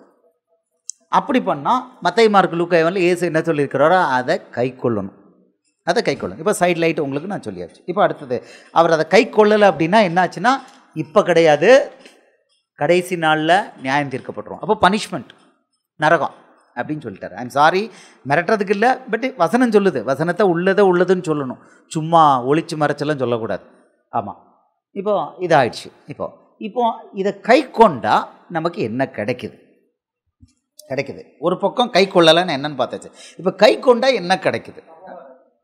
மெயினாக கொடுக்குறாரு, இங்கேயே கிடைக்குது. யோவான் 8:31-32. யோவான் 8:31-32 ஒரே வார்த்தை சொல்கிறாரு. இயேசு தம்மை விசுவாசித்த யூதர்களை நோக்கி, நீங்கள் என் உபதேசத்தில் நிலைத்திருந்தால் மெய்யாகவே என் சீஷராயிருப்பீர்கள், சத்தியத்தையும் அறிவீர்கள், சத்தியம் உங்களை விடுதலையாகும். அப்போ இயேசுவுடைய உபதேசத்தில் நிலைத்திருக்கும் பொழுது அவருடைய சத்தியம், அந்த சத்தியம் உள்ளே போகும் பொழுது என்ன ஆகுமா? விடுதலை. எல்லாத்துலேருந்து விடுதலை கிடைக்கும். உங்களுக்கு கிரிக்கெட் மேட்ச் இல்லாமல் முடியாது அப்படின்னா, இந்த வசனம் படிக்க கிரிக்கெட்டு மேட்ச் பார்த்தாலே ஐயோ இப்போ தான் போய் ஒரு பயம் பார்க்குறாங்களே, அப்படி ஆகிடும். விடுதலை வந்து அந்த லெவலுக்கு இருக்கும். இப்போ நிறைய கிறிஸ்தவர்களுக்கு, ஆம்பளைகளுக்கு பெரிய பிரச்சனை, இந்த ஆபாச வீடியோக்களை பார்த்து அதுலேருந்து வெளியில் வர முடியல. அவங்களால ஊழியம் பண்ணுறவங்களால வர முடியல. என்கிட்டே பேசுகிறாங்க, வர முடியல ஆபாச வீடியோக்களை பார்த்து. சிம்பிள் சொல்யூஷன், மத்தேயு மார்க்கு லூக்கா யோவானை படிச்சுக்கிட்டே இருங்க, அதை பின்பற்ற தோங்க. ஆபாச வீடியோ தன்னால் ஓடி போயிடும். விபச்சார எண்ணங்கள், அசிங்கம், ஓரினை சேர்க்கை எண்ணங்கள் ஓடிப்போடும். பொருளாசை, கொள்ளையடிக்கணும், சேர்த்து வைக்கணும். அது ஒரு பேய். பொருளாசை வந்து பேய். 1 வீடு 2 வீடு 3 வீடு பணம் சேர்த்து, அது ஒரு பேய், பெரிய பேய் அது. அந்த பேய்க்கு ஒரே ஆன்டிடோட்டு மத்தேயு மார்க்கு லூக்கா யோவான். ஆனால் அது படிக்கும்போதே அது சொல்லும். அவர் சொல்லியிருப்பார், உனக்கு உள்ளானவைகளை விற்று தரித்திரருக்கு கொடு. அது சொல்லும்போது அப்படி. அடுத்தது லூக்கா 12வது அதிகாரத்தில் ஒருத்தன் வந்து, எனக்கு நிறைய வந்து களஞ்சியத்தில் வந்துருச்சு, இந்த வருஷம் அறுவடை ரொம்ப, நான் என்ன பண்ணுவேன் ஆத்துமாவே, நான் என்ன பண்ண போகிறேன், என்னுடைய களஞ்சியத்தை நான் பெருசாக கட்ட போகிறேன். கட்டி இனி நான் ரொம்ப சந்தோஷமாக வாழ போகிறேன் சொல்கிறாரு. வசனம் வர சொல்கிறாரு, மதிகடனே இன்றைக்கி ராத்திரி உன் உயிர் உனக்கிட்டருந்து எடுத்துக்கொள்ளப்படும், என்ன செய்வார் அப்படி சொல்கிறார். இப்படி தான் தனக்காகவே பொக்கிஷங்களை சேர்க்குறவன் லட்சணம் இதுதான் அப்படிங்கிறார். நமக்காக சேர்த்து வச்சோன்னா இதுதான். இது வந்து ரூல், யூனிவர்சல் ரூல். இதெல்லாம் படிக்கும்போது என்ன ஆகும்? வேண்டாம், ஒரு சொத்து இருக்குது, வீடு இருக்குது, போதும். ஆமாம், இருக்குது, கொடுத்துருவோம். ஆமாம், அதாவது ஒரு சொத்தை வச்சு மற்றவங்களுக்கும் வேலை பண்ணிக்கிட்டே இருந்தோன்னா 90-95 வயசு வரைக்கும் சும்மா கல் மாதிரி உட்காந்துட்டே இருக்கலாம். ஒன்றும் ஒரு ப்ராப்ளம் இருக்காது. அப்பப்போ வேணால் அவர் ஹேர் டை அடிக்கலாம். நான் இன்றைக்கி ஒரு ஹேர் டை அடிச்சிருக்கேன், அது மட்டும் இந்த ஹேர் டை தான் அடிக்கணுமே தவிர மற்றபடி சாலிடாக இருப்போம். வயசெல்லாம் வயசாகிறதெல்லாம் தெரியாது, வியாதி வராது. ஆமாம், பிபி வராது, சுகர் வராது. இது ஏன் வருது? சேர்த்து வச்சா அதுக்கு ஆள் கொடுக்கணும். அதை அவர் ரூல் படி, அது வந்து அடுத்த ஆள் பணத்தை நீ சேர்த்து வச்சுருக்க. ஆமாம், அது அப்போஸ்தலனாகிய பவுல் சொல்கிறான், சமநிலை பிரமாணங்கிறான். நேராக இருந்தால் அதை பார்ப்போம். 2 Corinthians 8வது அதிகாரத்தில் அவன் சொல்கிறான், சமநிலை பிரமாணம். அடுத்த ஆளுக்கு கொடுக்கறதுக்காக உன்ட்ட நிறைய பணம் இருக்குது, கொடுத்துரு. அதை வச்சுக்கிட்டே இருந்தால் என்ன ஆகுது? எல்லா வியாதியும் வேறு இடத்துல பிடுங்கிடுவான் பிசாசு. அதுக்கு நிறைய இடங்கள் இருக்குது. நல்ல ஐசியூன்னு வச்சுட்டு ஒரு நாளைக்கு 50,000, 40,000 50,000. அவங்க என்ன ட்ரீட்மெண்ட் கொடுக்குறாங்க ஒன்றுமே தெரியாது. உங்கள் கணக்குலேருந்து அவ்வளோவும் போயிட்டே இருக்கும். அடுத்து விற்று சொத்து விற்று சேர்த்து சொத்து போகிறோம், என்ன போயிடுது. ஆமாம், ஒன்றுமே இல்லைன்னா விற்கிறதுக்கு ஒன்றுமே இருக்காது. 4 பேருக்கு உதவி பண்ணிக்கிட்டே இருந்தோம்னா ஆஸ்பத்திரிக்கு போக வேண்டாம். ஆஸ்பத்திரிக்கு எதுக்கு போவோம் தெரியுமா? வியாதியை குணப்படுத்த போகிறோம். இப்போ இன்றைக்கி நான் இங்கே இருக்கிறேன், என்னோட மனைவி பையன் பெரிய குரூப் எல்லாம் இன்றைக்கி சாயந்தரம் மெயின் ராஜீவ்காந்தி ஹாஸ்பிட்டல், சென்ட்ரலுக்கு முன்னால் உள்ள ஹாஸ்பிட்டலுக்கு போய் வியாதியை குணப்படுத்த போகிறாங்க. நான் இருந்தேன்னா போயிருப்பேன். ஆமாம், இப்போ அதுக்கு குரூப் எல்லாம் க்ரியேட் பண்ணி விட்டுட்டா 4 மணிக்கு க்ளீனாக எல்லோரும் போயிடுவாங்க, வியாதியை குணப்படுத்துவாங்க. ஆமாம், ஆஸ்பத்திரிக்கு ரெகுலராக போகிறோம். எதுக்கு? வியாதியை குணப்படுத்த. நமக்கு வியாதி வருமா? வராது. ஆமாம், அப்படியே வர்ற மாதிரி இருந்தேன்னா உனக்கு என் மேலே பவர் கிடையாது, ஓடிப்போ. ஆமாம், ஓகே. ஸோ இந்த சத்தியம் வந்து விடுதலை ஆக்கும் எல்லா விதத்துலையும். ஒரு ஆளுக்கு, சில ஆளுங்களுக்கு பொண்டாட்டியை பார்த்தோன்னா அடிக்கணும்னு தோணும். இதை கையை கண்ட்ரோல் பண்ணுறதுக்கு ஒரே வழி, அந்த மத்தேயு மார்க்கு லூக்கான்னு படித்தா போதும், ஒரு குரல் கேட்கும், என் பிள்ளைய நீ கை வச்ச அப்படின்னு வரும். நீ மற்றவனை நேசிக்கணுமே, எப்படி உன் பொண்டாட்டியை நீ அடிக்கிற அப்படின்றோம். உன்னை நேசிக்கிறது போல் பிறனை நேசிக்கணும் அப்படின்னு வரும் பொழுது பொண்டாட்டி மேலே கை ஓங்கும்போது அப்படின்னுவோம். அந்த வசனம் சொல்லுவோம், கை வலி வச்சுப்பார். அவ்வளோதான். சில இதில் இந்த பெண்கள் வந்து புருஷனை எதுக்கு இடத்துலும் வாய்க்கு வந்தபடி திட்டிக்கிட்டே இருப்பாங்க. அவங்க வாய் திறந்தாலே புருஷனை திட்டுறது தான். அது உடனே ஐயா நம்ம சகோதரர் நல்லா சிரிக்கிறாரு, எல்லா வீட்டிலும் இருக்கிற பிரச்சனை தான் அது. வசனம், இயேசுவோட வசனம் படிக்காத எந்த பெண்ணும் கணவனுக்கு கீழ்ப்படிய மாட்டா. அவள் வந்து தலை குப்புறத்தான் எல்லாம் பண்ணிக்கிட்டு இருப்பாள். அதை ஆமாம், வசனம் ஒரே வழி. இப்போ மனைவி ரொம்ப எதிர்த்து பேசிக்கிட்டே இருக்கா அப்படின்னா புருஷன் சொன்னாலாம் நடக்காது. இந்த பைபிளை கொடுத்து நான் உனக்குன்னா ரிவார்டு வேண தரேன், கொடைக்கானல் கூட்டு போகிறேன், ஊட்டி கூட்டு போகிறேன், தயவு செய்து ஒரு நாளைக்கு ஒரு 5 சாப்டர் மத்தேயு மார்க்கு லூக்கான்னு படி. அவ்வளோதான். படிக்க அந்த அம்மா என்ன பண்ணுவா? அருமையான குணசாலியான ஸ்திரீயாக மாறிடுவான். அவ்வளோத்துக்கு விடுதலை இருக்குது. பில்லி சூனியம் கட்டு. இந்த வசனத்தை படித்தா பேய் ஓடுது. வாய் திறந்து கொஞ்சம் படித்து பாருங்கள். வீட்டில் பேயெல்லாம் ஒன்றும் வராது. எந்த பில்லி சூனியெல்லாம் ஒன்றுமே வராது, வியாதி வராது. இவ்வளோ பவர் இருக்குது. ஸோ மெயினாக உங்களுக்கு கிடைக்குது என்ன கிடைக்குன்னா, பரலோகத்தில் போய் தான் இல்லை, இங்கேயே ஒரு பரலோகத்தை நீங்கள் அனுபவிக்கலாம். அந்த விடுதலை கிடைக்கும். என்ன விடுதலை? பிசாசுகிட்டேருந்து விடுதலை கிடைக்கும். பிசாசுகிட்டேருந்து விடுதலை. நமக்குள்ளே தான் நிறைய பிசாசு இருக்குது, வெளியில் கிடையாது. பிசாசெல்லாம் வெளியில் கிடையாது, உள்ளே தான் இருக்குது. இந்த உள்ளே இருக்க அத்தனை பிசாசுகிட்டேருந்து விடுதலை. டென்ஷன்லாம் ஒன்றும் வராது. ஆமாம், ஒரு பீரியடில் அப்படி டென்ஷனாக இருப்பீங்க. இப்போ பிரச்சனை அங்கிட்டு ஒரு ப்ராப்ளம் போய்கிட்டு இருக்கோம், உங்களுக்கு டென்ஷனே இருக்காது. யார் மேலேயும் கோபப்பட மாட்டீங்க. உதாரணத்துக்கு நான்லாம் பயங்கர கோபப்படுற ஆள். வீட்டில் 3 கார் இருக்குது. ஒரு மனைவி கூட எப்பாவது கடைக்கு போகிறேன், ஏதோ ஒரு பொருள் வாங்கணுன்னா சரி நான் வரேன் அப்படின்ட்டேன். ஒரு கார் எடுக்கிறாரு, அதில் ப்ராப்ளம் இருக்குது அப்படின்னேன். இல்லை நேட்டு ஓடிச்சு, இருக்கிற 2 அடுத்த அருமையான கார் இருக்குது, இதை எடுக்கிறேன். சரி எடுத்தாச்சு. போயிட்டு பொருளை வாங்கிட்டு அவங்கெல்லாம் வழி அனுப்ப வந்து எல்லா கடையில் ஷாப்பிங் காம்ப்ளெக்ஸில் வந்து வழி அனுப்பிக்கிறாங்க. கார் ஸ்டார்ட் ஆகலை. நான் சொன்னேனே இது ப்ராப்ளம்னு சொன்னேனே அப்படின்னு. ஒரு பீரியடில் நேரம் அந்த டிரைவரை போட்டு கடிச்சிருப்பேன். இப்போ ஒன்றுமே சொல்லலை, கோவம் வரமாட்டுக்கு. என்னாச்சு? இந்த வசனம் உள்ளே போயிருக்கு. வசனம், நான் பெரிய ஆஃபீஸர்னு வந்து அவங்க வழி அனுப்புறதுக்கு எல்லாம் நிற்கிறாங்க, கார் என்ஜின் ஸ்டார்ட் ஆக மாட்டேங்குது. ஷாப்பிங் காம்ப்ளெக்ஸில் என்ஜின் ஸ்டார்ட் ஆக மாட்டேங்குது. நான் வந்து காரோட்டை இறங்கி இதில் ப்ராப்ளம் இருக்கும்போது ஸ்டார்ட் பண்ணியிருக்கிறாரு அப்படின்னா உடனே அடுத்த கார் பக்கம் தான் 2 கிலோமீட்டர் போய் நான் அடுத்த காரை எடுத்துகிட்டு வா அப்படின்னேன். அதுக்குள்ளே சார் நாங்கள் கார் தந்துடுறோம் சொல்லி அவங்க அனுப்பிட்டாங்க. இவர் பின்னாலே தள்ளி விட்டு ஸ்டார்ட் பண்ணி எடுத்துகிட்டு வந்துட்டார். ஸோ யூஸ்வலாக செத்தான், இந்த டிரைவர் செத்தான். ஆமாம், அவ்வளோ வந்துடும், அவ்வளோ கடி விழும். ஒன்றுமே சொல்லலை. அது வந்து ஒரு மேட்டரே கிடையாது. அது வந்து அப்படி ஒரு அவமானப்படுறது. நமக்கு என்ன அவமானம் வேண்டி கிடக்கு? அவங்களா நமக்கு சாப்பாடு போட போகிறாங்க? நம்ம கார் ஸ்டார்ட் ஆகலை, நம்ம டிரைவர் தப்பு பண்ணிட்டாரு, தப்பான காரை எடுத்துகிட்டு வந்துட்டார். அவர் என்ன பண்ணுவார்? கார் ஸ்டார்ட் பண்ணல, அவர் என்ன பண்ணுவார்? அப்படிதான். That is all. அவமானம்லாம் ஒன்றுமே கிடையாது, ஒரு இது கிடையாது, ஒரு ப்ராப்ளமே கிடையாது. அவ்வளோதான். ஸோ விடுதலை கிடச்சிரும். கோபத்துலேருந்து விடுதலை, வெறுப்புலேருந்து விடுதலை. நிறைய பேருக்கு அடுத்தவங்க மேலே வெறுப்பு, அந்த வெறுப்பு தான் வியாதிக்கு காரணம். வெறுப்பு வியாதி காரணம். இது படிக்க படிக்க என்ன ஆகும்னா, இயேசு என்ன பண்ணார்? லூக்கா 23:34 அவரை சிலுவையில் தொங்க விட்டோன்னு முதல்ல என்ன சொன்னார்? பிதாவே இவர்களை மன்னியும், தாங்கள் செய்கிறது என்னவென்று தெரியாமல் செய்கிறார்கள். மன்னிச்சார். இதை பார்த்தோன்னே அவர் அதை பண்ணியிருக்காரு, நம்ம பண்ண வேண்டாமா? படிக்க படிக்க அந்த வசனம் வேலை பார்க்கும். யார் என்ன அநியாயம் பண்ணாலும் இயேசு ஒன்று ஆசீர்வதிப்பார்ப்பா, அடுத்த நிமிஷம் மறந்துடுவீங்க. அந்த கோபமே வராது, அந்த வெறுப்பே வராது.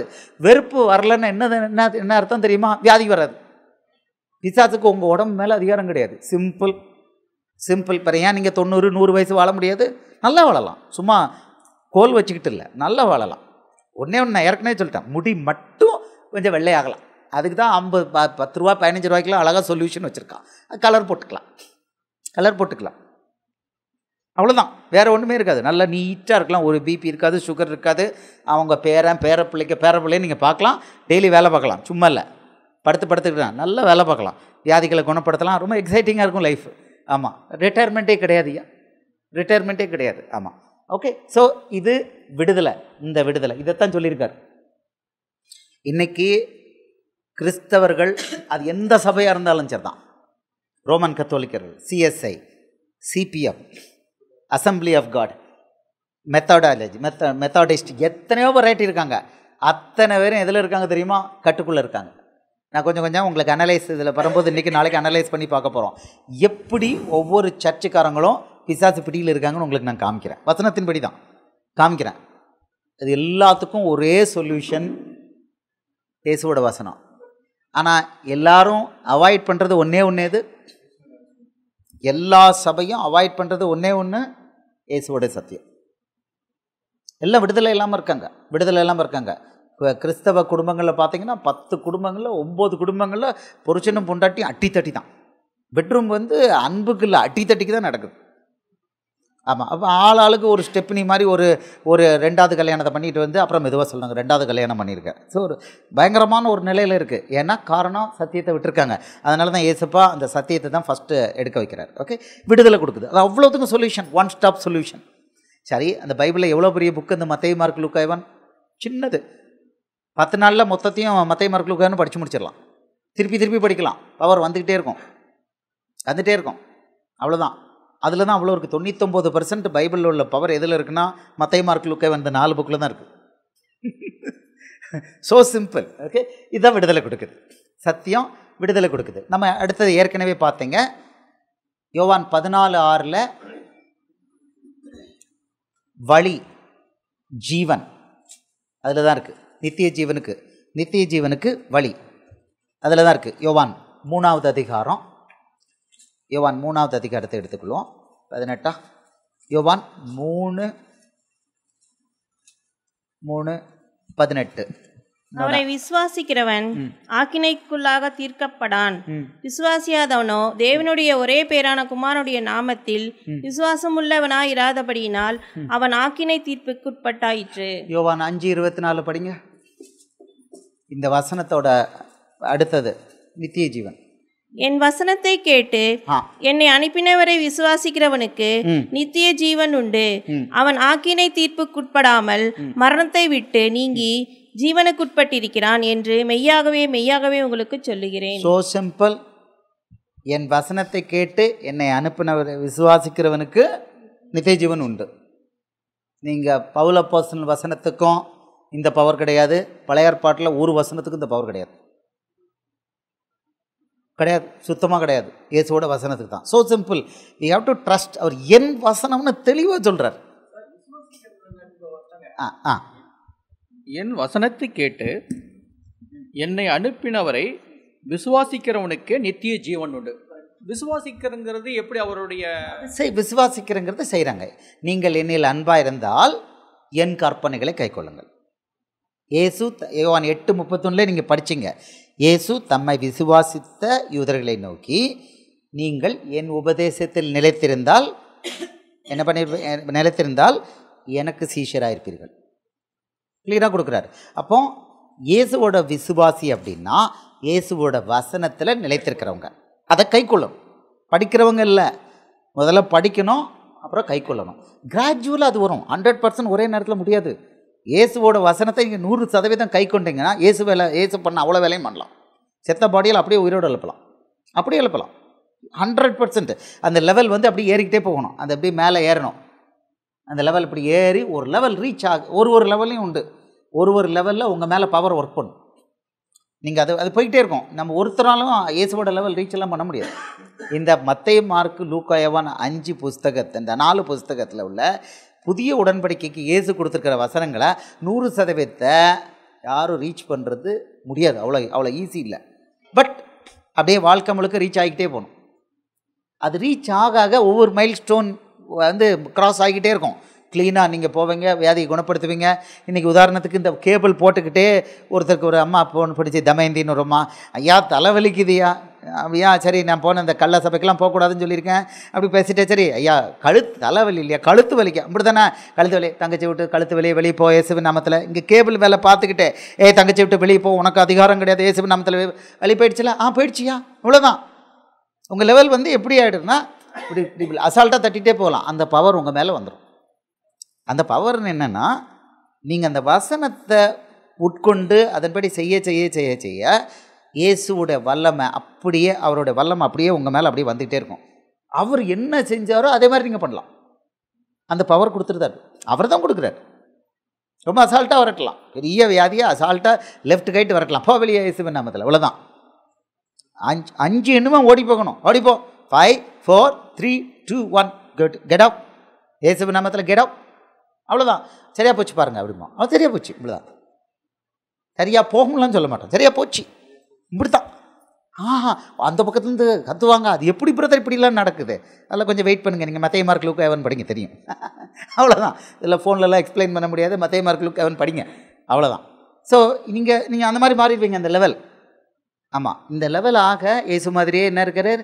மத்தேயு 8வது அதிகாரம் 11-12, மத்தேயு 8:20, மத்தேயு 8:20 சொல்கிறாரு, நரிகளுக்கு குழிகளும் ஆகாயத்து பறவைகளுக்கு கூடுகளும் உண்டு, மனுஷகுமாரனுக்கோ தலை சாய்க்க இடமில்லை. அந்த லெவலுக்கு நம்ம போகணும், அந்த லெவலுக்கு போகணும். அதெல்லாம் அந்த லெவல். அந்த ஒரே ஒரு ட்ரெஸ் வச்சுருந்தார், பணப்பெட்டியெல்லாம் ஒன்றுமே வைக்கலை. அப்போ பேங்க் அக்கௌண்ட் நமக்கு இருக்கக்கூடாது, இருக்கிறத விற்றுடணும். இதெல்லாம் அந்த லெவல். பட் இப்போ நீங்கள் அந்த லெவலுக்கு உடனே போகணும்னு இயேசு எதிர்பார்க்கல. நீங்கள் அது கொஞ்சம் கொஞ்சமாக வாங்க, கொஞ்சம் கொஞ்சமாக வாங்க. இது ஆட்டோமேட்டிக்காக எல்லாத்தையும் விட்டுருவீங்க. ஆட்டோமேட்டிக்காக ஒன்று ஒன்றா போய்கிட்டே இருக்கும். விடுதலை ஆகிக்கிட்டே இருக்க, பவர் ஏறிக்கிட்டே இருக்கும். நீங்கள் வந்து பரலோகத்துக்கு வல்லமையான ஆயுதமாக மாறிடுவீங்க. ஆனால் அந்த ப்ராசஸில் உங்கள் குடும்பம் சூப்பராகிடும். உங்கள் பக்கத்தில் வர எல்லாரும் என்ன ஆகிடுவாங்க, ரொம்ப சூப்பராகிடுவாங்க. ஏன்னா உங்கள்கிட்ட நீங்கள் என்ன ஆகிட்டீங்க. மத்தேயு 5:13-14, நீங்கள் பூமிக்கு உப்பாயிருக்கிறீர்கள். 14, நீங்கள் உலகத்துக்கு வெளிச்சமாயிருக்கிறீர்கள். மலையில் மேல் இருக்கிற பட்டணம் மறைந்திருக்க மாட்டாது. உங்கள் பக்கத்தில் வந்தவுடனே அவங்களுக்கெல்லாம் என்ன கிடைக்குன்னா, படன்னு விடுதலை, படன்னு விடுதலை. நேற்று ஆவிக்குரிய மகா அமுதா சிங்கப்பூர்லேருந்து கூப்பிட்டா, ப்ரெக்னெண்ட்டாக இருக்கா, 2 வாரம் அவளுக்கு போட்டு சளி போட்டு தாக்கிட்டு இருக்கு, குரல்லாம் போயிடுச்சு. கூப்பிட்டா 2 வாரம் கழிச்சு கூப்பிட்டா, அப்படியே மகா ஆவிக்குரிய மகா, என் பிள்ளையை விட்டு போ வெளியே, உனக்கு யார் அதிகாரம் கொடுத்தா, சும்மா இந்த கதெல்லாம் போயிடலாம் சொல்லிட்டு ஓடிப்போ அப்படின்னு சொல்லி, எப்படி இருக்கு பாருமா மகளை, ஒரு இம்ப்ரூவ்மெண்ட். ரைட், அடுத்ததாட்ட பேசிக்கிட்டே இருக்கேன். Right, 1 more, second round prayer. பிள்ளையை விட்டு வெளிப்போ, அவட்ட பாவம் ஒன்றும் இல்லை, உனக்கு என்ன அதிகாரம் பிள்ளை மேலே, ஓடிப்போ வயசு நாமத்தில். கம்ப்ளீட்லி சளி இதெல்லாம் போய் குரல் கம்ப்ளீட்டாக நார்மலாகி, ரைட் கோ, அவ்வளோதான். That is it. ஸோ உங்கள் பக்கத்தில் வர்ற எல்லாரும் என்ன ஆகிறாங்க, எல்லாருக்கும் விடுதலை. அடுத்தது அவங்க வந்து நீங்கள் என்ன பண்ணுறீங்களோ அதை அவ்வளோ அவங்க பண்ணுவாங்க.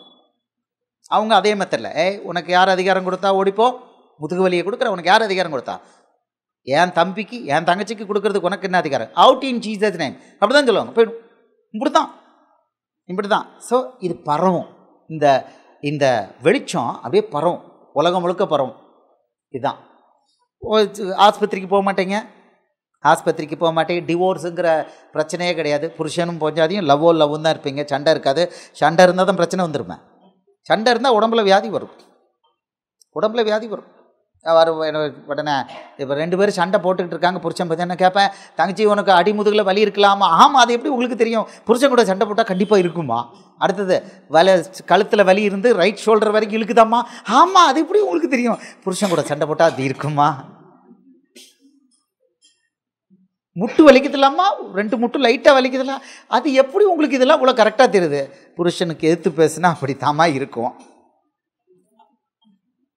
அப்போ இப்போ சொல்லு, புருஷனை கைப்பிடிச்சி நான் மன்னிப்பு கேட்குறேன், மன்னிப்பு கேட்ட உடனே அவ்வளவும் கழுத்து வலி போகுது, முதுகு வலி போகுது, அடி வயிற்று வலி போகுது, முட்டு வலியும் போச்சு. அது எப்படி அங்கிள் போகுது? அப்படித்தான், நீ தான் கதவை திறந்து உள்ளே கொடுத்து வச்சுருந்த, நீ வெளியே போனோன்னா அது போயிடுச்சு. ரொம்ப ரொம்ப இன்ட்ரெஸ்டிங்காக இருக்கும். ஆமாம், ரொம்ப ஒரு பெரிய ரிவலேஷன் காதில் கேட்டுலாம் கிடையாது. அங்கே கேட்டுக்கிட்டே இந்த சண்டை இதெல்லாம் கேட்டுகிட்டே இருக்கும்போது இதெல்லாம் இருக்குது ரைட். அவங்க சொல்ல மாட்டாங்க, நான் சொல்லுவேன் உனக்கு இந்த வியாதி இருக்குது. இதெல்லாம் காதில் குரல் இல்லை, இது ஸ்டாண்டர்டு. இந்த வசனத்துக்கு, இயேசுவோட வசனத்துக்கு கீழ்ப்படியலைன்னு இந்தந்த வியாதி வரும். அது வந்து உள்ளே உட்காந்துரும். இப்போ நிறைய பேருக்கு ஆகா முதுகுவலி இதனால தான் வருதா? ஆமாம், ஓகே, ஆமாம். அப்போ இது ஜீவன் இயேசுகிட்ட வந்துட்டா நித்திய ஜீவன். இப்போ உங்களுக்கு தெரிஞ்சிருச்சு, பரலோகம் நித்திய ஜீவன்.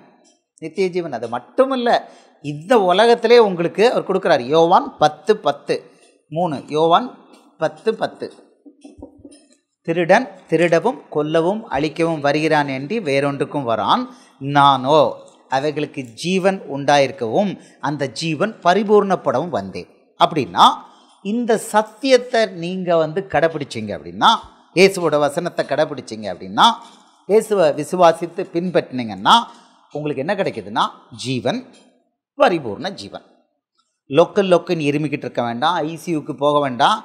டாக்டர்ஸை யாருக்கும் போய் நம்பிக்கை அவங்க மேலே மரியாதை வச்சு போய் இதை பெரிய டாக்டர்கிட்ட போய் நம்ம பார்க்குறது வந்து ஜோலியே வேண்டாம். அவங்கள எல்லாரோட பெரிய டாக்டர் உங்களோட இருப்பார். அதில் 1 கொரிந்தியர் 6:19 நம்ம பார்க்குறோம், உங்கள் சரீரம் நீங்கள் தேவனால் பெற்றதும் அவருடைய பரிசுத்த ஆவியானவர் தங்கும் வாசஸ்தலம் என்பதை நீங்கள் அறியவில்லையா? நீங்களாம் தேவனுடைய ஆலயம். அதாவது உங்களை நம்ம சரீரம் யார்கிட்டருந்து பெற்றோம்? தேவன் பரலோக தேவன்றிருந்து பெற்றோம். அவருடைய பரிசுத்த ஆவியானவர் தங்குற வாசஸ்தலம். அவர் இங்கே தங்கும்போது வியாதி எப்படி வரும்? நம்ம அவரை தங்க விடணும். ஃபஸ்ட்டு நம்ம தங்க விடணும். நம்ம பாவம் பண்ணால் அங்கே இருக்க மாட்டார். அம்புட்டு வம்பும் பண்ணிக்கிட்டு இருந்தால் அவர் எங்கே இருக்க மாட்டார். பேய் தான் உட்காந்துருக்கும். யோவான் 8:34 பாவம் செய்கிறவனும் பாவத்திற்கு அடிமை. நம்ம பிசாசுக்கு சரண்டர் ஆகிட்டு இருக்கும்போது அவர் உள்ளே இருக்க முடியாது. ஆமாம், அவரை உள்ளே வர வச்சிட்டோம் அப்படின்னா, இங்கே இருக்கிறாருன்னு நமக்கு ஷுவராக வந்துட்டுனா அசால்ட்டாக கிண்டல் பண்ணலாம் பிசாசை. நான் பிசாசை ஹேண்டில் பண்ணுறதுலாம் ஜாலியாக இருக்கும். திடீர்னு இந்த விச் கிராஃப்ட்லாம் அப்போ போய் ஏவுவாங்க. ரொம்ப நம்ம என் மேலே ரொம்ப அன்பு வந்து ஏவுவாங்க. அது ஏவுவாங்க, அவங்க எய்ம் பண்ணுவாங்க, எனக்கு இருதயத்தை அடிக்கணும், இவனுக்கு ஹார்ட் அட்டாக் வர வைக்கணும், இவனுக்கு வயசாகிட்டு 55 வயசு போட்டு தள்ளிடணும்னு சொல்லி அனுப்புவாங்க. அது வரும் பக்கத்தில், இங்கே வர முடியாது. இங்கே ஒரு தூதன் நிற்பான், கொன்று விடுவேன், வெட்டி விடுவேன். அந்த பக்கம் வந்தால் ஆடுவேன். சரி, கொஞ்சம் நான் பக்கத்தில் டச் பண்ண விட, சரி ஓகே, ஷோல்டரில் தட்டிக்கும், இங்கே தட்டும், இங்கே இந்த இடத்துல அப்படி பேர்டு மாதிரி அப்படி இப்படி ஒரு அந்த பட்டர்ஃப்ளை மாதிரி இங்கிட்ட இருக்கும். நான் சொல்லுவேன், டேய் என் ஹார்ட் அங்கே இல்லைடா, கொஞ்சம் கீழே இருக்குடா அப்படிம்பேன். கிண்டல் அடிப்பேன். என் ஹார்ட் அங்கே இல்லைடா, நீ ஷோல்டரில் இங்கிட்டு போய் ஷோல்டர் ஜாயிண்ட்டில் போய் நீ ஃப்ளிப் பண்ணிக்கிட்டு இருக்கியா, ஹார்ட் கொஞ்சம் தூரம் தள்ளி இருக்குடா அப்படின்னு கிண்டல் அடிப்பேன். ஓடி போய் நம்ம இதில் அவ்வளோதான், ஓடிடும். ஆமாம், இங்கே ஒன்றும் அசரவே வேண்டாம். நீங்கள் கரெக்டாக வசனத்தின்படி இருக்கீங்கன்னா உங்கள் சரீரத்தில் கை வைக்கிறதுக்கு பிசாசுக்கு அதிகாரம் கிடையாது. ரொம்ப ஜாலியாக வரட்டும். ஆமாம், அப்படி சொன்னோடனே இங்கே வலி கொடுத்துட்டு இந்த இடத்துல ஒரு தடவை, டே இந்த இடத்துல நீ கொடுத்துட்டு இருக்க வலி ஹார்ட் அங்கே கிடையாது, முட்டாளே கீழே இருக்குது கொஞ்சம், அப்படியா கொஞ்ச நேரம் கழித்து கொஞ்சம் கீழே இங்கே வந்தேன், டேய் நீ இப்போ கரெக்டான பாயிண்ட்டுக்கு வந்திருக்க, ஓடிப்போ, get out in Jesus name. அவ்வளோதான், அடுத்த செகண்ட் ஓடி போயிட்டான். விச் கிராஃப்ட்டுக்கெல்லாம் ஒரு பவர் கிடையாது. மாந்திரிகத்துக்கெல்லாம் உங்களுக்கு எதிராக ஒரு பவர் கிடையாது. அவன் எம்புட்டு மாந்திரிகம் எத்தனை பேர்னாலும் போடலாம், ஒன்றுமே செய்யாது. இங்கே வந்தவொடனே ஒரு தூதன் நிற்பான், அருவாள் வச்சு விட்டுக்கிட்டு இருப்பான். எங்கே வந்த மாந்திரிகமா? யாக்கோபுக்கு விரோதமான மந்திரவாதம் இல்லை, இஸ்ரவேலுக்கு விரோதமான குறி சொல்லுதலும் இல்லை. எண்ணாகமம் 23:23. யார் இந்த யாக்கோபு, யார் இந்த இஸ்ரவேல்? சபைகளை அதை சொல்லி கொடுத்துருப்பாங்க. ஆனால் நீங்கள் இஸ்ரவேலும் அல்ல, நீங்கள் யாக்கோபும் அல்ல, அப்புறம் எப்படி அது ஒர்க் அவுட் ஆகும்? கலாத்தியர் 3:7 அவன் சொல்கிறான். கலாத்தியர் 3:7 பழைய ஏற்பாட்டை பின்பற்றவன் விசுவாச மார்க்கத்தார் அல்ல, ஆபிரகாமின் சந்ததி அல்ல. தெளிவாக பச்சையாக வசனம் இருக்குது. பழைய ஏற்பாட்டை பின்பற்றவன் அவன் விசுவாச மார்க்கத்தாரும் அல்ல, ஆபிரகாமுடைய சந்ததியும் அல்ல. ஆனால் இவங்களுக்கு உனக்கு ஆபிரகாமின் ஆசீர்வாதம் கிடைக்கும், உனக்கு எந்த விச் கிராஃப்ட்டும் வேலை பார்க்காது. இவன் விச் கிராஃப்டில் அடிபட்டு போய் கேன்சரில் படுத்து கிடக்கிறான். இவங்க வந்து சும்மா கதை பேசிகிட்டு இருப்பாங்க, உனக்கு விச் கிராஃப்ட் ஒர்க் ஆகாது. விச் கிராஃப்ட் ஒர்க் ஆகாமல் இருக்கணும்னா என்ன ஆகணும்? நீ இயேசு கையை பிடிச்சிக்கணும். நீ பேய் கையை பிடிச்சிக்கிட்டு பேய் உன்னை அட்டாக் பண்ணாதனா அது எப்படி? பாவம் செய்கிறவனும் பாவத்திற்கு அடிமை. ஸோ கிளியராக இருக்குது. நான் உங்களுக்கு எல்லாம் ஈஸியாக சொல்லித்தரேன். நம்ம ஜனங்களை எப்படி ஏமாத்துறாங்க, ஜனங்கள் எப்படி ஏமாந்துருக்காங்க, அவங்களே ஏமாறுதாங்க. இந்த வசனத்தை எடுத்து வச்சுக்கிட்டு கிளைம் பண்ணிக்கிட்டே இருப்பாங்க. அதுக்கு என்ன கிளைமு?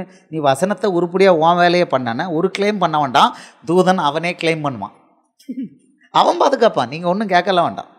நீங்கள் சங்கீதம் 91 எடுத்து காலையிலேருந்து சாயந்தரம் வர 5 தடவை படிக்க வேண்டாம். சிலர் அது மட்டும் தான் படிக்கிறாங்க. அதை படிச்சுட்டா பாதுகாப்பு கிடைச்சிடணும்னு இவ்வளோ ஒரு குழந்தைத்தனமாக நம்புகிறாங்க.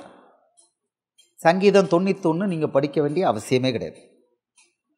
மத்தேயு 6:33 முதலாவது தேவனுடைய ராஜ்யத்தையும் அவருடைய நீதியையும் தேடுங்கள், அப்பொழுது சங்கீதம் 91 பாதுகாப்பு உங்களுக்கு ஆட்டோமேட்டிக். தேவதூதன் உங்களை பாதுகாக்கணும், வேறு வழியே கிடையாது. அவனுக்கிட்ட ஒன்றுமே சொல்ல வேண்டாம். நீங்கள் பரலோக ராஜ்யத்துக்கு வேலை பார்த்தீங்கன்னா இயேசுவுக்கு யுத்ததாரி, உங்களை பாதுகாக்கிறதுக்கு தான் தேவசேனையே இருக்குது. நீங்கள் கேட்கவே வேண்டாம், வந்து லெஃப்ட் ரைட் இப்படி நின்றுக்கிட்டு இருப்பான். அப்போ நான் இங்கே பேசுகிறேன்னா பின்னால் ஒருத்தங்க சைடில் சுற்றிலும் தூதர்கள்.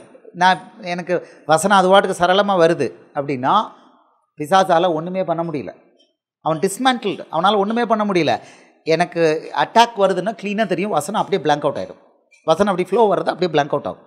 அது ஒரு செகண்ட் ஆகும் சில சமயம். இன்றைக்கி ஒன்றுமே இல்லை, நீட்டாக இருக்குது, துவக்கத்துலேருந்து போய்கிட்டு இருக்கு, க்ளீனாக போய்கிட்டு இருக்கு வசனம். அப்போது தூதர்கள் வந்து உங்கள்கிட்ட வந்து கேட்டுலாம் வரமாட்டாங்க. நீங்கள் ராஜ்யத்தோட வேலையை கரெக்டாக ப்ரிப்பேர் பண்ணி பைபிள் வாசித்து ஜெபம் பண்ணி உண்மையான அர்ப்பணத்தோட அன்பில் நீங்கள் வந்து உங்கள் நேரத்தை செலவழிக்கும் போது அவன் வேலையை உங்களை பாதுகாக்கிறதா, உங்களோட சேர்ந்து அவனும் என்னது அவன் சொல்கிறான். வெளிப்படுத்தல் 19வது அதிகாரம் 10வது வசனம், வெளிப்படுத்தல் 19வது வசனம் 19:10 அந்த தூதன் சொல்கிறான், அப்பா உன்னோடு கூட பைபிளை பின்பற்றவங்கள கூட நானும் ஒரு ஊழியக்காரன், தேவனை தொழுதுகொள். இவன் வந்து காலில் விழுந்துட்டான். படிங்களேன், வெளிப்படுத்தல் 19வது அதிகாரம் 10வது வசனம். அப்பொழுது அவனை வணங்கும்படி அவனுடைய பாதத்தில் விழுந்தேன். அவன் என்னை நோக்கி, இப்படி செய்யாதபடிக்கு பார், உன்னோடும் இயேசுவை குறித்து சாட்சியிட்ட உன் சகோதரன் கூட நானும் உன் ஊழியக்காரன், தேவனை தொழுதுகொள். இயேசுவை பற்றின சாட்சி. நானும் ஒரு ஊழியக்காரன், உன்னை போல நானும் ஒரு ஊழியக்காரன். இது வெளிப்படுத்தல் 22:9 இதை சொல்லியிருக்கான். உன்னை போல நானும் ஒரு ஊழியக்காரன். வந்துடுவான் அவன் வேலை. எபிரேயர் 1:14 பார்க்குறோம், இவங்கெல்லாம் நமக்கு ஊழியம் ரட்சிப்பை சுதந்திரிக்க போகிற நிமித்தமாக அவர்கள் எல்லாரும் நமக்கு ஊழியம் செய்கிற ஆவிகள். படிங்க எபிரேயர் 1:14. தேவதூதர்கள் யாருன்னா ரட்சிப்பை சுதந்திரித்து போகிற நிமித்தமாக, ரட்சிப்பை சுதந்திரித்துக் கொள்ள போகிறவர்கள் நிமித்தமாக ஊழியம் செய்யும்படிக்கு அவர்கள் எல்லோரும் அனுப்பப்படும் பணிவிடை ஆவிகளாய் இருக்கிறார்கள். அவர்கள் எல்லாரும் அனுப்பப்படும் பணிவிடை ஆவிகளாய் இருக்கிறார்கள் அல்லவா? அப்போ தேவதூதர்கள் பணிவிடை ஆவிகள். நீங்கள் வேலை பார்த்தீங்கன்னா வந்துடுவாங்க. இப்போ வந்து நான் இங்கே வந்து ரோமன் கத்தோலிக்கர்களுக்குன்னு நம்ம இனிஷியேட் பண்ணி நான் வந்து பேசுகிறேன்னா அவ்வளோ ஸ்பெஷலிஸ்ட் ஏஞ்சல்ஸும் வந்து நிற்கிறாங்க, பறந்துக்கிட்டே இருப்பாங்க. உங்களை யாரும் அட்டாக் பண்ண விடாதபடி, என்னையும் அட்டாக் பண்ண விடாதபடி கிளியராக பாதுகாப்பு போய்கிட்டே இருக்குது. நீங்கள் வந்து இன்வைட்லாம் பண்ண வேண்டாம், அவங்க வேலையாக தான். நீங்கள் சங்கீதம் 91 படித்து கூப்பிட வேண்டாம். இந்த சங்கீதம் 91 படித்தவன் பூரா அவன் குழந்தை, ஒன்றுமில்லாதவன், வஞ்சிக்கப்பட்டவன், ஏமாந்து போனவன். அடுத்தது இன்னொரு கேட்டகரி திருடன். அவன் இயேசுக்காக ஒன்றும் பண்ண விரும்பலை, பட் இந்த வசனத்தை காமிச்சு பரலோகத்தை ஏமாற்றலான்னு பார்க்குறான். பரலோகத்தை யாராவது ஏமாற்ற முடியுமா? முடியவே முடியாது. நீ ஒரு சங்கீதம் ஒன்றுமே படிக்க வேண்டாம், இயேசுவோட வேலையை பண்ணுங்கள், எல்லாம் க்ளீனாக வரும். அது க்ளீனாக கொடுத்துருக்காரு, ஒரே வசனம். மத்தேயு 6:33 முதலாவது தேவனுடைய ராஜ்யத்தையும் அவருடைய நீதியையும் தேடுங்கள், அப்பொழுது இவைகளெல்லாம் உங்களுக்கு கூட கொடுக்கப்படும். அவ்வளோதான், ஒரு கேப்சூல். அதான் சத்தியம். இயேசு வாயிலிருந்து வந்தது, இயேசு வாயிலிருந்து வந்த வசனம் சத்தியம். அதுக்கு மேலே ஒன்றுமே கிடையாது. இயேசுவோடைய வாயிலிருந்து வந்த வசனத்துக்கு மேலே ஒரு வசனம் கிடையாது. அல்டிமேட் அதுதான். ரைட் தானா? இப்போ பார்த்துட்டீங்க. இங்கே பார்த்துட்டீங்க, ஜீவன், பரிபூர்ண ஜீவன். இயேசு என்ன கொடுக்குறாரு? ஜீவன், சத்தியம். நீங்கள் சத்தியத்தை பின்பற்றும் போது விடுதலை கிடைக்கி, அந்த விடுதலையில் என்ன கிடைக்குன்னா ஆஸ்மா கிடையாது, பிபி கிடையாது, சுகர் கிடையாது, ஸ்பாண்டிலைட்டிஸ் கிடையாது, இந்த ஏஜ் ரிலேட்டட் டிசீஸ் ஒன்றுமே கிடையாது. எனக்கு ஒரு குட்டி குறைச்சி போடுங்க, 55 முடிய போகுது. ஆமாம் முடியுது, 55 முடிய போகுது. எப்படி இருக்குன்னா ஒரு 35 வயசு வாலிப மாதிரி. ஸ்விம்மிங் பண்ணுறாருன்னா தம்பி மகன் என்ன அருண் ஸ்விம் பண்ணுறேன்னா அவருக்கு போட்டிக்கு நான் ஸ்விம் பண்ணுறதுக்கு ரெடி. நான் பண்ணினேன், ஒரு வாரத்துக்கு முன்னால் பண்ணினேன். என் மகளால் என்னை மாதிரி ஸ்விம் பண்ண முடியல. நான் அண்டர் வாட்டரில் பாட்டுக்கு போகிறேன், அவளால் முடியல. என்னப்பா நீங்கள் இவ்வளோ ஸ்பீடாக உங்கள் வாட்டுக்கு போகிறீங்க, அவள் அப்படி ஒரே இடத்துல நின்றுட்டு இருக்கா. டேய் காலை இப்படி தட்டுறா, அது போகுன்றான்னா அவளால் முடியல. 20 வயசு பிள்ளையால் முடியல, 55 அது பாட்டுக்கு சர்றன்னு ஒரு எண்ட்லேருந்து மறு எண்டுக்கு போகுது தண்ணி நினைக்கல. ஸோ இதுதான் இது நான் உங்களுக்கு எக்ஸாஜரேட்டடுக்காக சொல்லலை. நீங்கள் ஒன்றும் போய் டெஸ்ட் எடுத்து பிபி இருக்கா சுகர் இருக்கா பார்க்க வேண்டிய அவசியமே கிடையாது. ஏன்னா உங்கள் சரீரத்தில் வியாதி கொடுக்கறதுக்கு யாருக்கு பவர் இல்லை? பேய்க்கு பவர் இல்லை. உங்கள் சரீரத்தில் இயேசு வாசமாக இருக்கிறார். இயேசுனா பரிசுத்த ஆவியானவர் வாசமாக இருக்கிறார். கிளியராக இருக்கா? இதுவரை கிளியராக இருக்கா? அப்போ மெடிசின் எல்லாத்துக்கும் எங்கே இருக்குதுங்க? மத்தேயு, மார்க்கு, லூக்கா, யோவான். இது வரைக்கும் சொல்லி கொடுத்துருக்காங்களா? சிஎஸ்ஐயில் ஆர்சியில் சொல்லி கொடுத்துருக்காங்களா? சரி, இப்போ ஓரளவு ஃபஸ்ட்டு சாப்டரே கொஞ்சம் நல்லா இருக்குது இல்லையா? பாருங்கள், இன்னொன்றும் சொல்லித்தரேன். யோவான் 14:27, 4வது யோவான் 14:27. இந்த சத்தியம் என்ன கொடுக்குது பாருங்கள். அவர் என்ன சொல்கிறாரு? சமாதானத்தை உங்களுக்கு வைத்து போகிறேன், என்னுடைய சமாதானத்தை உங்களுக்கு தருகிறேன். எப்படியா? சமாதானத்தை உங்களுக்கு வைத்து போகிறேன், என்னுடைய சமாதானத்தை உங்களுக்கு கொடுக்கிறேன். உலகம் கொடுக்கிற பிரகாரமாக நான் உங்களுக்கு கொடுக்கறதில்லை. உங்கள் இருதயம் கலங்காமலும் பயப்படாமலும் இருப்பதாக. இதுக்கு மேலே ஏதாவது வேணுமா? நீங்கள் படுத்தீங்க, அடுத்த செகண்ட் தூங்கி போயிடுவீங்க. சரி, தூங்காமல் இருக்கணும்னா தூங்காமல் இருக்கிறது அதெல்லாம் வச்சுருவார். தூங்காமல் இருக்கிற வரம் வேணும்னு பாட்டு கேட்பார். இன்றைக்கி எத்தனை 12 மணிக்கு மேலே தான் படுத்தேன், 1:15 எழுப்பிட்டார். 1:15. இப்போ இதெல்லாம் கொஞ்சம் அதிகமாக இருக்குது. நான் ஒரு கொஞ்ச நேரம் தூங்குறேன். 1:30க்கு உனக்கு தூங்குறதெல்லாம் நாட் பெர்மிட்டட். எழுந்திரிச்சு ப்ரே பண்ணு. ஸோ ஃபுல்லாக ப்ரே பண்ணிட்டு வந்தாச்சு, அவ்வளோதான். 1.5 மணி நேரம் தூக்கம், லெஸ் தேன் 1.5 மணி நேரம் தூக்கம். எனக்கு டயர்டாக இருக்குன்னு கேட்டிங்கன்னா உங்கள் எல்லாரோட எனர்ஜெட்டிக்காக இருக்கேன். இது இப்படி இருக்குன்னா சாயந்தரம் 8-9 மணிக்கும் அப்படி தான் இருப்பேன். இது மனுஷனால் கிடையாது. ஆமாம், உங்களுக்கு எல்லாத்தையும் எனர்ஜி கொடுத்துக்கிட்டே இருப்பார். இப்போ பார்த்தீங்கன்னா சமாதானம், கலக்கம் இருக்காது, பயம் இருக்காது. எதை பற்றியும் பயப்பட மாட்டீங்க. கலக்கமே இருக்காது. பிற கடன் எங்கேருந்து இருக்கும், எங்கே பிரச்சனை, காய்ச்சல் வந்துருமோன்னு பிரச்சனை இருக்குமா, ஏதாவது பிரச்சனை இப்படி ஆகிடும் அப்படி ஆகிடும், ஏதாவது அல்லாடுவீங்களா, எதை பட்டும் கண்டுக்க மாட்டீங்க. இதுதான் இதை கொடுக்குறாரு. இதுக்கு மேலே ஏதாவது பிளெஸிங் இருக்குதா? ஜீவன், பரிபூர்ண ஜீவன், அப்சல்யூட் சமாதானம், பயம் கிடையாது, கலக்கம் கிடையாது. அடுத்தது ஜீவன், அது வழி கொடுத்துட்டாரு, ஜீவனை கொடுத்துட்டாரு. அடுத்தது விடுதலையை கொடுத்துட்டாரு. உங்களுக்கு என்னங்க வேணும் இதுக்கு பிறகு? ஒரு வசனம் இடையில ஒன்று ஆட் பண்ணி கொடுத்தேன், மத்தேயு 6:33. ஆமாம், இலவசமாக எல்லாம் கொடுப்பார். வீடும் கொடுப்பார், எல்லாம் கொடுப்பார், எல்லாத்தையும் கொடுப்பார். ஆமாம், இயேசுக்கிட்ட வந்தா ஐயா உலக பிரகாரமான ஆசீர்வாதம்னு சொன்னான்னா அவன் ஃப்ராடு பண்ணுறான்னு அர்த்தம். ஏன்னா இந்த மத்தேயு 6:33க்கு முன்னால் 32ல் ஒன்று சொல்கிறாரு, இவைகளெல்லாம் அஞ்ஞானிகள் நாடி தேடுகிறார்கள். அஞ்ஞானிகள் யாருன்னா அறிவு கெட்டவன். இந்த உலக ஆசீர்வாதத்தை யார் தேடுறாங்களாம்? அஞ்ஞானிகள். படிங்களேன், 6:32 படிங்க சிஸ்டர். இவைகளை எல்லாம் அஞ்ஞானிகள் நாடி தேடுகிறார்கள், இவைகள் எல்லாம் உங்களுக்கு வேண்டியவைகள் என்று உங்கள் பரமபிதா அறிந்திருக்கிறார். சொல்லிட்டு முதலாவது தேவனுடைய ராஜ்யத்தையும் அவருடைய நீதியை தேடுங்கள் அப்படிங்கிறாரு. அப்போ உலக பிரகாரமான ஆசீர்வாதத்தை தேடி ஓடுறவன் யாரு? அறிவு கெட்டவன். நான் சொல்லலை, யார் சொல்லியிருக்கா? ஏசப்பா சொல்லியிருக்காரு. இப்போ எவனாவது ஊழியக்காரன் நீங்கள் இயேசுக்கிட்ட வந்தால் இந்த மாதம் உங்களுக்கு வாக்குத்தத்த வசனம், உங்களுக்கு உலக பிளெஸிங் கிடைக்கிது, வீடு வாங்காதவங்களுக்கு வீடு கிடைக்க போகுது, கல்யாணம் முடியாதவங்களுக்கு கல்யாணம் முடிக்க கிடைக்க போகுது, இது வரிசை அப்படி சொல்லிட்டு இருந்தானா இவன் யாரு? நீங்கள் புரிஞ்சுக்கோங்க. அப்போ இயேசுக்கிட்ட வந்தால் உலக பிரகாரமான ஆசீர்வாதமே கிடையாதா? அப்படி இயேசு சொல்லலை. அவர் என்ன சொல்கிறாரு? முதலாவது தேவனுடைய ராஜ்யத்தையும் அவர் நீதியும் தேடு, அப்பொழுது இது நீ கேட்கவே வேண்டாம். ஏன்னா அவருக்கு தெரியும் நாய்க்குட்டி போல் அதுவே வருங்கிறார். அதுவே வரும். ஆனால் எண்ணமெல்லாம் ஏக்கமெல்லாம் அது மேலே இல்லை, அதுவே வருது. அதுவே வருது. என்ன சகோதரி, ஒரு உதாரணத்தை சொல்லட்டுமா? நான் உதாரணத்தை சொல்ல நீங்கள் பிறகு நான் வந்து இவரை மாதிரி நம்ம உலகத்துக்கு ஆசைப்பட்டுருன்னு வந்துடக்கூடாது. அதனால் சொல்ல பட் சில விஷயங்களை பேபி எடிட்டிங்கில் அதை கட் பண்ணனா பண்ணலாம். போன வாரம் திடீர்னப்பில் ஒரு கார் எனக்கு கவர்மெண்ட்டில் எனக்கு வந்து ரொம்ப சாதாரணமான ஒரு போஸ்ட் கொடுத்துருக்காங்க. 28 வருஷம் ஐஏஎஸ்.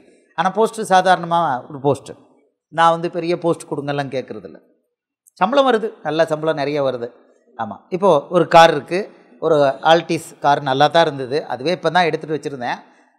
திடீர்னு அங்கே ஒர்க் ஷாப்பில், ஒரு கவர்மெண்ட் ஒர்க் ஷாப்பில் இன்னொரு கார் வந்திருக்குன்னு டிரைவர் சொன்னார். அது வந்து சொனாட்டா, புதுசாக நல்ல புது வண்டி, 25 லட்ச ரூபா 30 லட்ச ரூபா புது வண்டி வந்திருக்கு. நான் சரி அதை எனக்கு நல்லா பண்ணுறீங்களா அப்படின்னு கேட்டேன். இல்லை அது வந்து பிளாக் பண்ணியிருக்கோம் அப்படின்ட்டு, அது வேறு ஆளுக்கு பண்ணிட்டாங்க, கொடுத்துட்டோம் அப்படின்ட்டாங்க. அப்புறம் திருப்பி என் பையன் சொன்னால், அப்பா அது நல்லா இருக்குது அப்படின்னா, சரி உனக்காக கேட்குறேன் அப்பா அப்படின்னு சொல்லி ஐஏஎஸ் ஆஃபீஸர்கிட்ட உங்களுக்கு அதான் சார் எடுத்துக்கோங்க சார். 5 நிமிஷம் கடன்னு போட்டாங்க. 1 ஹவரில் ஆர்டர் ஆச்சு. 3ஆவது நாள் 4ஆவது நாள் வண்டி வீட்டில் வந்து நின்றுச்சு. எது பெரிய வண்டி, சொனாட்டா ஜிடிஐன்னு கப்பல் மாதிரி, அதில் தான் போய் ஃப்ளைட்டுக்கு இதுக்கு வந்திருக்கேன், ஏர்போர்ட்டுக்கு வந்தேன். சீனியர் மோஸ்ட் ஐஏஎஸ் ஆஃபீஸருக்கு இல்லாத காரு, யாருக்கு வேலை ரொம்ப ஈஸியாக இருக்கிற ஆளுக்கு அந்த கார் வந்து நிற்குது. ஆமாம். அது வந்து அவருக்கு அதுக்கு மேலே சொல்லலை. அடுத்தது அது வந்திருக்கிற அதே அன்னைக்கு இந்த இது வருது, ஒரு இது என்ன ஒர்க் ஸ்டேஷன் லேப்டாப் 2.5 லட்ச ரூபா. இதுவும் வந்து நிற்குது. அவன் வந்து டெலிவர் பண்ணிட்டு கவர்மெண்ட்டு கொடுத்துருக்க அமௌண்ட் 65,000. அவன் 2.5 லட்ச ரூபா ஒருத்த லேப்டாப்பு உங்களுக்கு நாங்கள் இதை கொடுக்குறான். சம்மந்தம் இல்லாத கம்பெனி கொடுக்குறான். ஆமாம், அது ஏசப்பா வேலைக்கு பண்ணுறதுனால கொடுக்குறான். அதுவும் வந்து நிற்கு, ஒரே நாளில் வந்து நிற்குது. இப்போ இதுக்கு நீங்கள் 25 லட்ச ரூபாய்க்கு கார் வாங்கி, அதுக்கு நீங்கள் இஎம்ஐ கட்டி, அதுக்கு இன்சூரன்ஸ் கட்டி, மெயின்டெனன்ஸ் கட்டி போட்டுக்கிட்டு இருந்தீங்கன்னா வருஷத்தில் ஒரு பகுதி இப்போ சம்பளம் அதில் போகும்.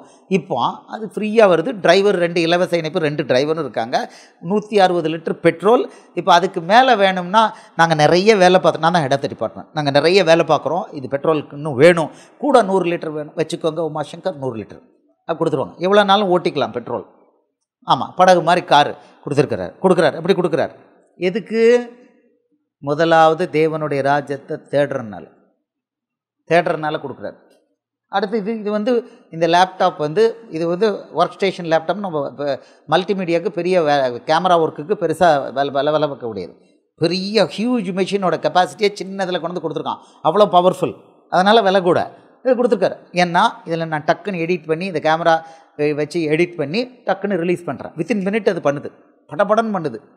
அமேசிங்காக கொடுக்குறாரு. ஏன்னா அவருக்காக உபயோகிக்குது. அப்போது நீங்கள் கடன் போட்டு இதுக்கு இஎம்ஐ போட்டு நீங்கள் வாங்கிட்டு இருந்தீங்கன்னா, இஎம்ஐ போட்டு வாங்குறோம்னாலே மாட்டிக்கிட்டோன்னு அர்த்தம், பேய் கையில் மாட்டிக்கிட்டோன்னு அர்த்தம். இஎம்ஐ போட்டுட்டோம்னாலே நம்ம யார் கையில் இருக்கோம்? பேய் கையில் இருக்கோன்னு அர்த்தம்.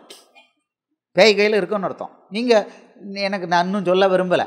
முதலாவது தேவனுடைய ராஜ்யத்தை நீங்கள் தேடுங்க. நீங்கள் கேட்கவே வேண்டாம், அது வாட்டுக்கு நடக்கும்.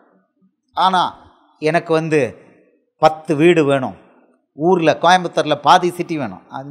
நீ மனுஷன் இல்லை, நீ பெரிய ஆள். எந்த பெரிய ஆள்? லூசிஃபர், பேய்.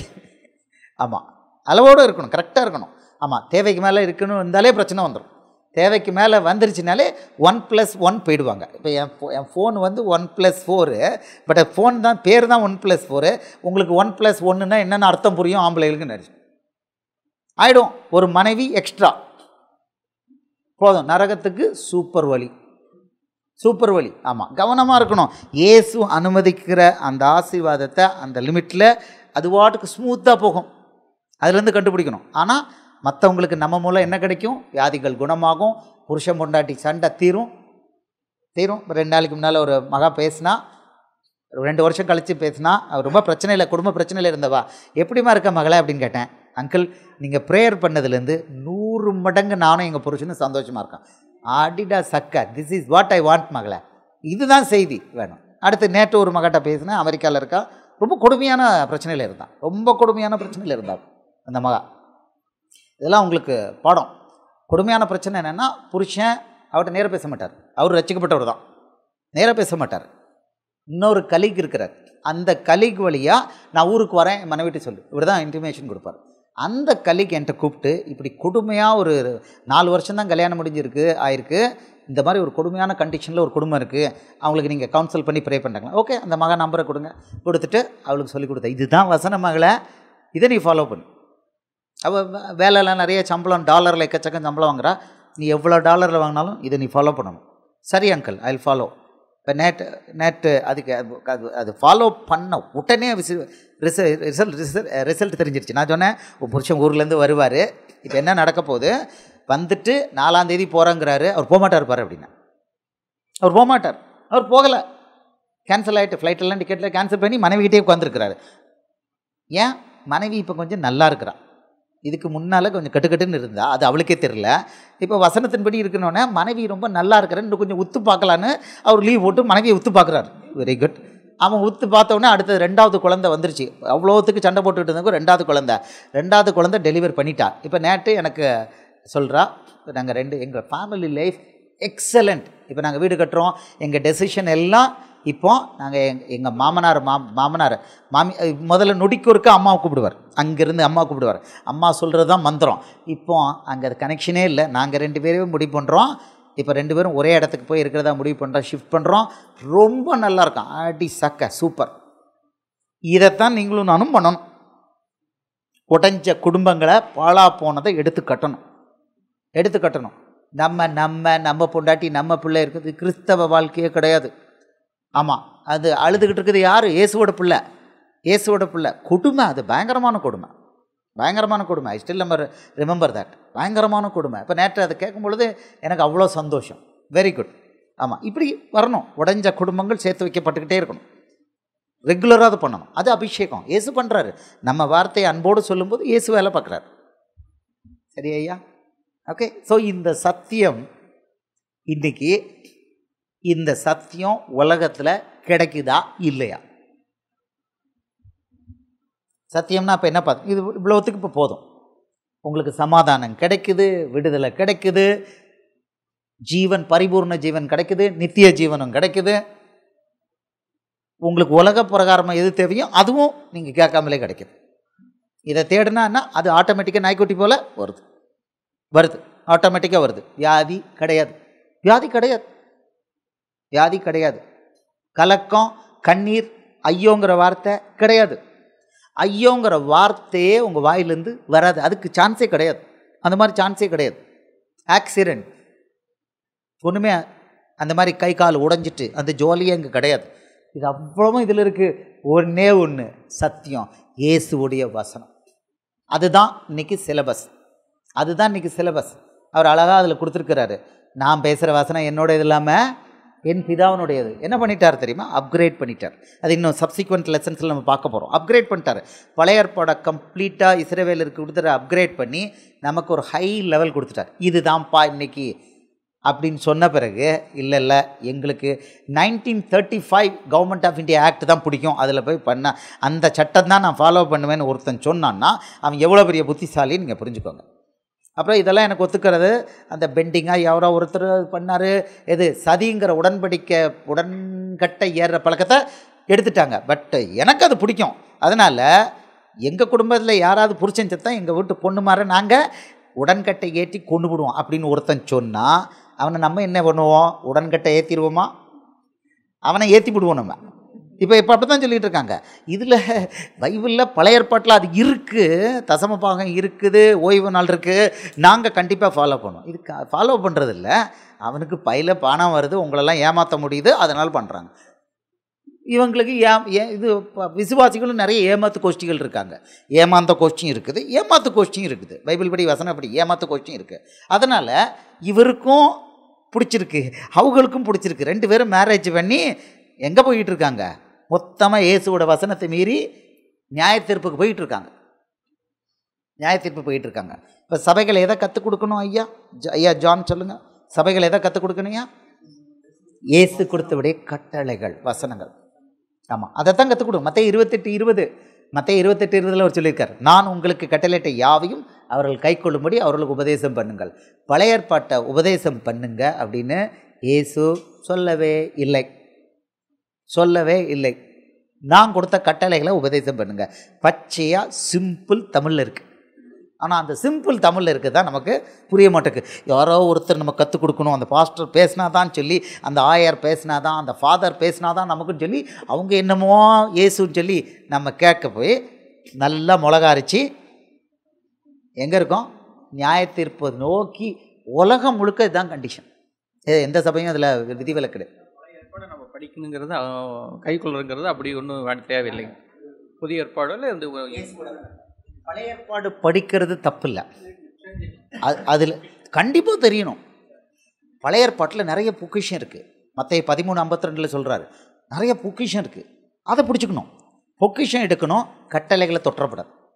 கட்டளைகளை தொட்டால் பயங்கரமாக இருக்குது, பயங்கரமாக இருக்குது.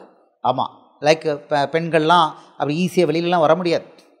இந்த இந்த இந்த சுத்திகரிப்பு முறை, அந்த சுத்திகரிப்பு முறை, நிற்கணும் வைக்கணும், அவ்வளோ இருக்குது. இது அது வந்து கொடுமையானது, கொடுமையானது பழைய ஏற்பாடு. அதுலேருந்து ரிலீஸ் பண்ணி விட்ருக்காரு, நம்மளை ரிலீஸ் பண்ணி விட்ருக்காரு. ஆமாம், ஒரு பிள்ளை பெற்றா எருசலேம் தேவாலயத்துக்கு ஓடணும், சுத்திகரிப்பு பிரமாணம். ஆமாம், வருஷத்துக்கு 3 தடவை எருசலேமுக்கு போகணும். நல்லா புரிஞ்சுக்கோங்க, பழைய ஏற்பாடு உண்டு, அது எங்களுக்கு அப்படியே உண்டுன்னு எவனாவது சொன்னான்னா, வசனத்தில் ஒரு இடத்துல இல்லை 2 இடத்துல ஏசப்பா கொடுத்துருக்கிறாரு. பின்னால் நம்ம பார்க்க போகிறோம். வருஷத்துக்கு 3 தடவை எருசலேம் நகருக்கு போகணும், தேவாலயத்துக்கு போகணும். தேவாலயமே இல்லை, எங்கே போகிறது? ஸோ ஆமாம், ஸோ இப்போ இது வந்து ரொம்ப சிம்பிள். இந்த மத்தேயு மார்க்கு லூக்கா யோவான் படித்து வாங்க. மத்தேயு மார்க்கு லூக்கா யோவான் வந்து அது மிக எளிதான லாங்குவேஜில் இருக்குது. ஆமாம், அவர் அதை அந்த வசனங்களை கொடுத்துருக்கும் பொழுது அந்த வசனத்தை பின்பற்றுறதுக்குள்ள கிருபையும் அவர் கொடுக்குறாரு, கிருபையும் கொடுக்குறாரு. அது அவர் தான், அந்த ஆவியானவர் கொடுக்குறாரு, கிருபையை கொடுக்குறாரு. நம்ம அழகாக நம்ம லைஃப் நல்லாயிருக்கும், மற்ற எல்லார் லைஃப்பையும் நம்ம நல்லா பண்ணலாம், நல்லா பண்ணலாம், விடுதலை பண்ணி கொடுக்கலாம், சந்தோஷமாக இருக்கும். ஆமாம், நெடுநாள் வாழ்க்கை, நீடித்த ஆயுசு வந்து அவர் அழகாக கொடுத்துருக்காரு. பின்னால் வசனங்கள்லாம் அதெல்லாம் பார்க்கலாம், வசனங்கள்லாம் இருக்கலாம். ஓகே, வேறு ஏதாவது கேள்வி இருந்தால் இந்த சத்தியம்ங்கிற சாப்டரில் வேறு கேள்வி இருந்தால் கேட்கலாம்.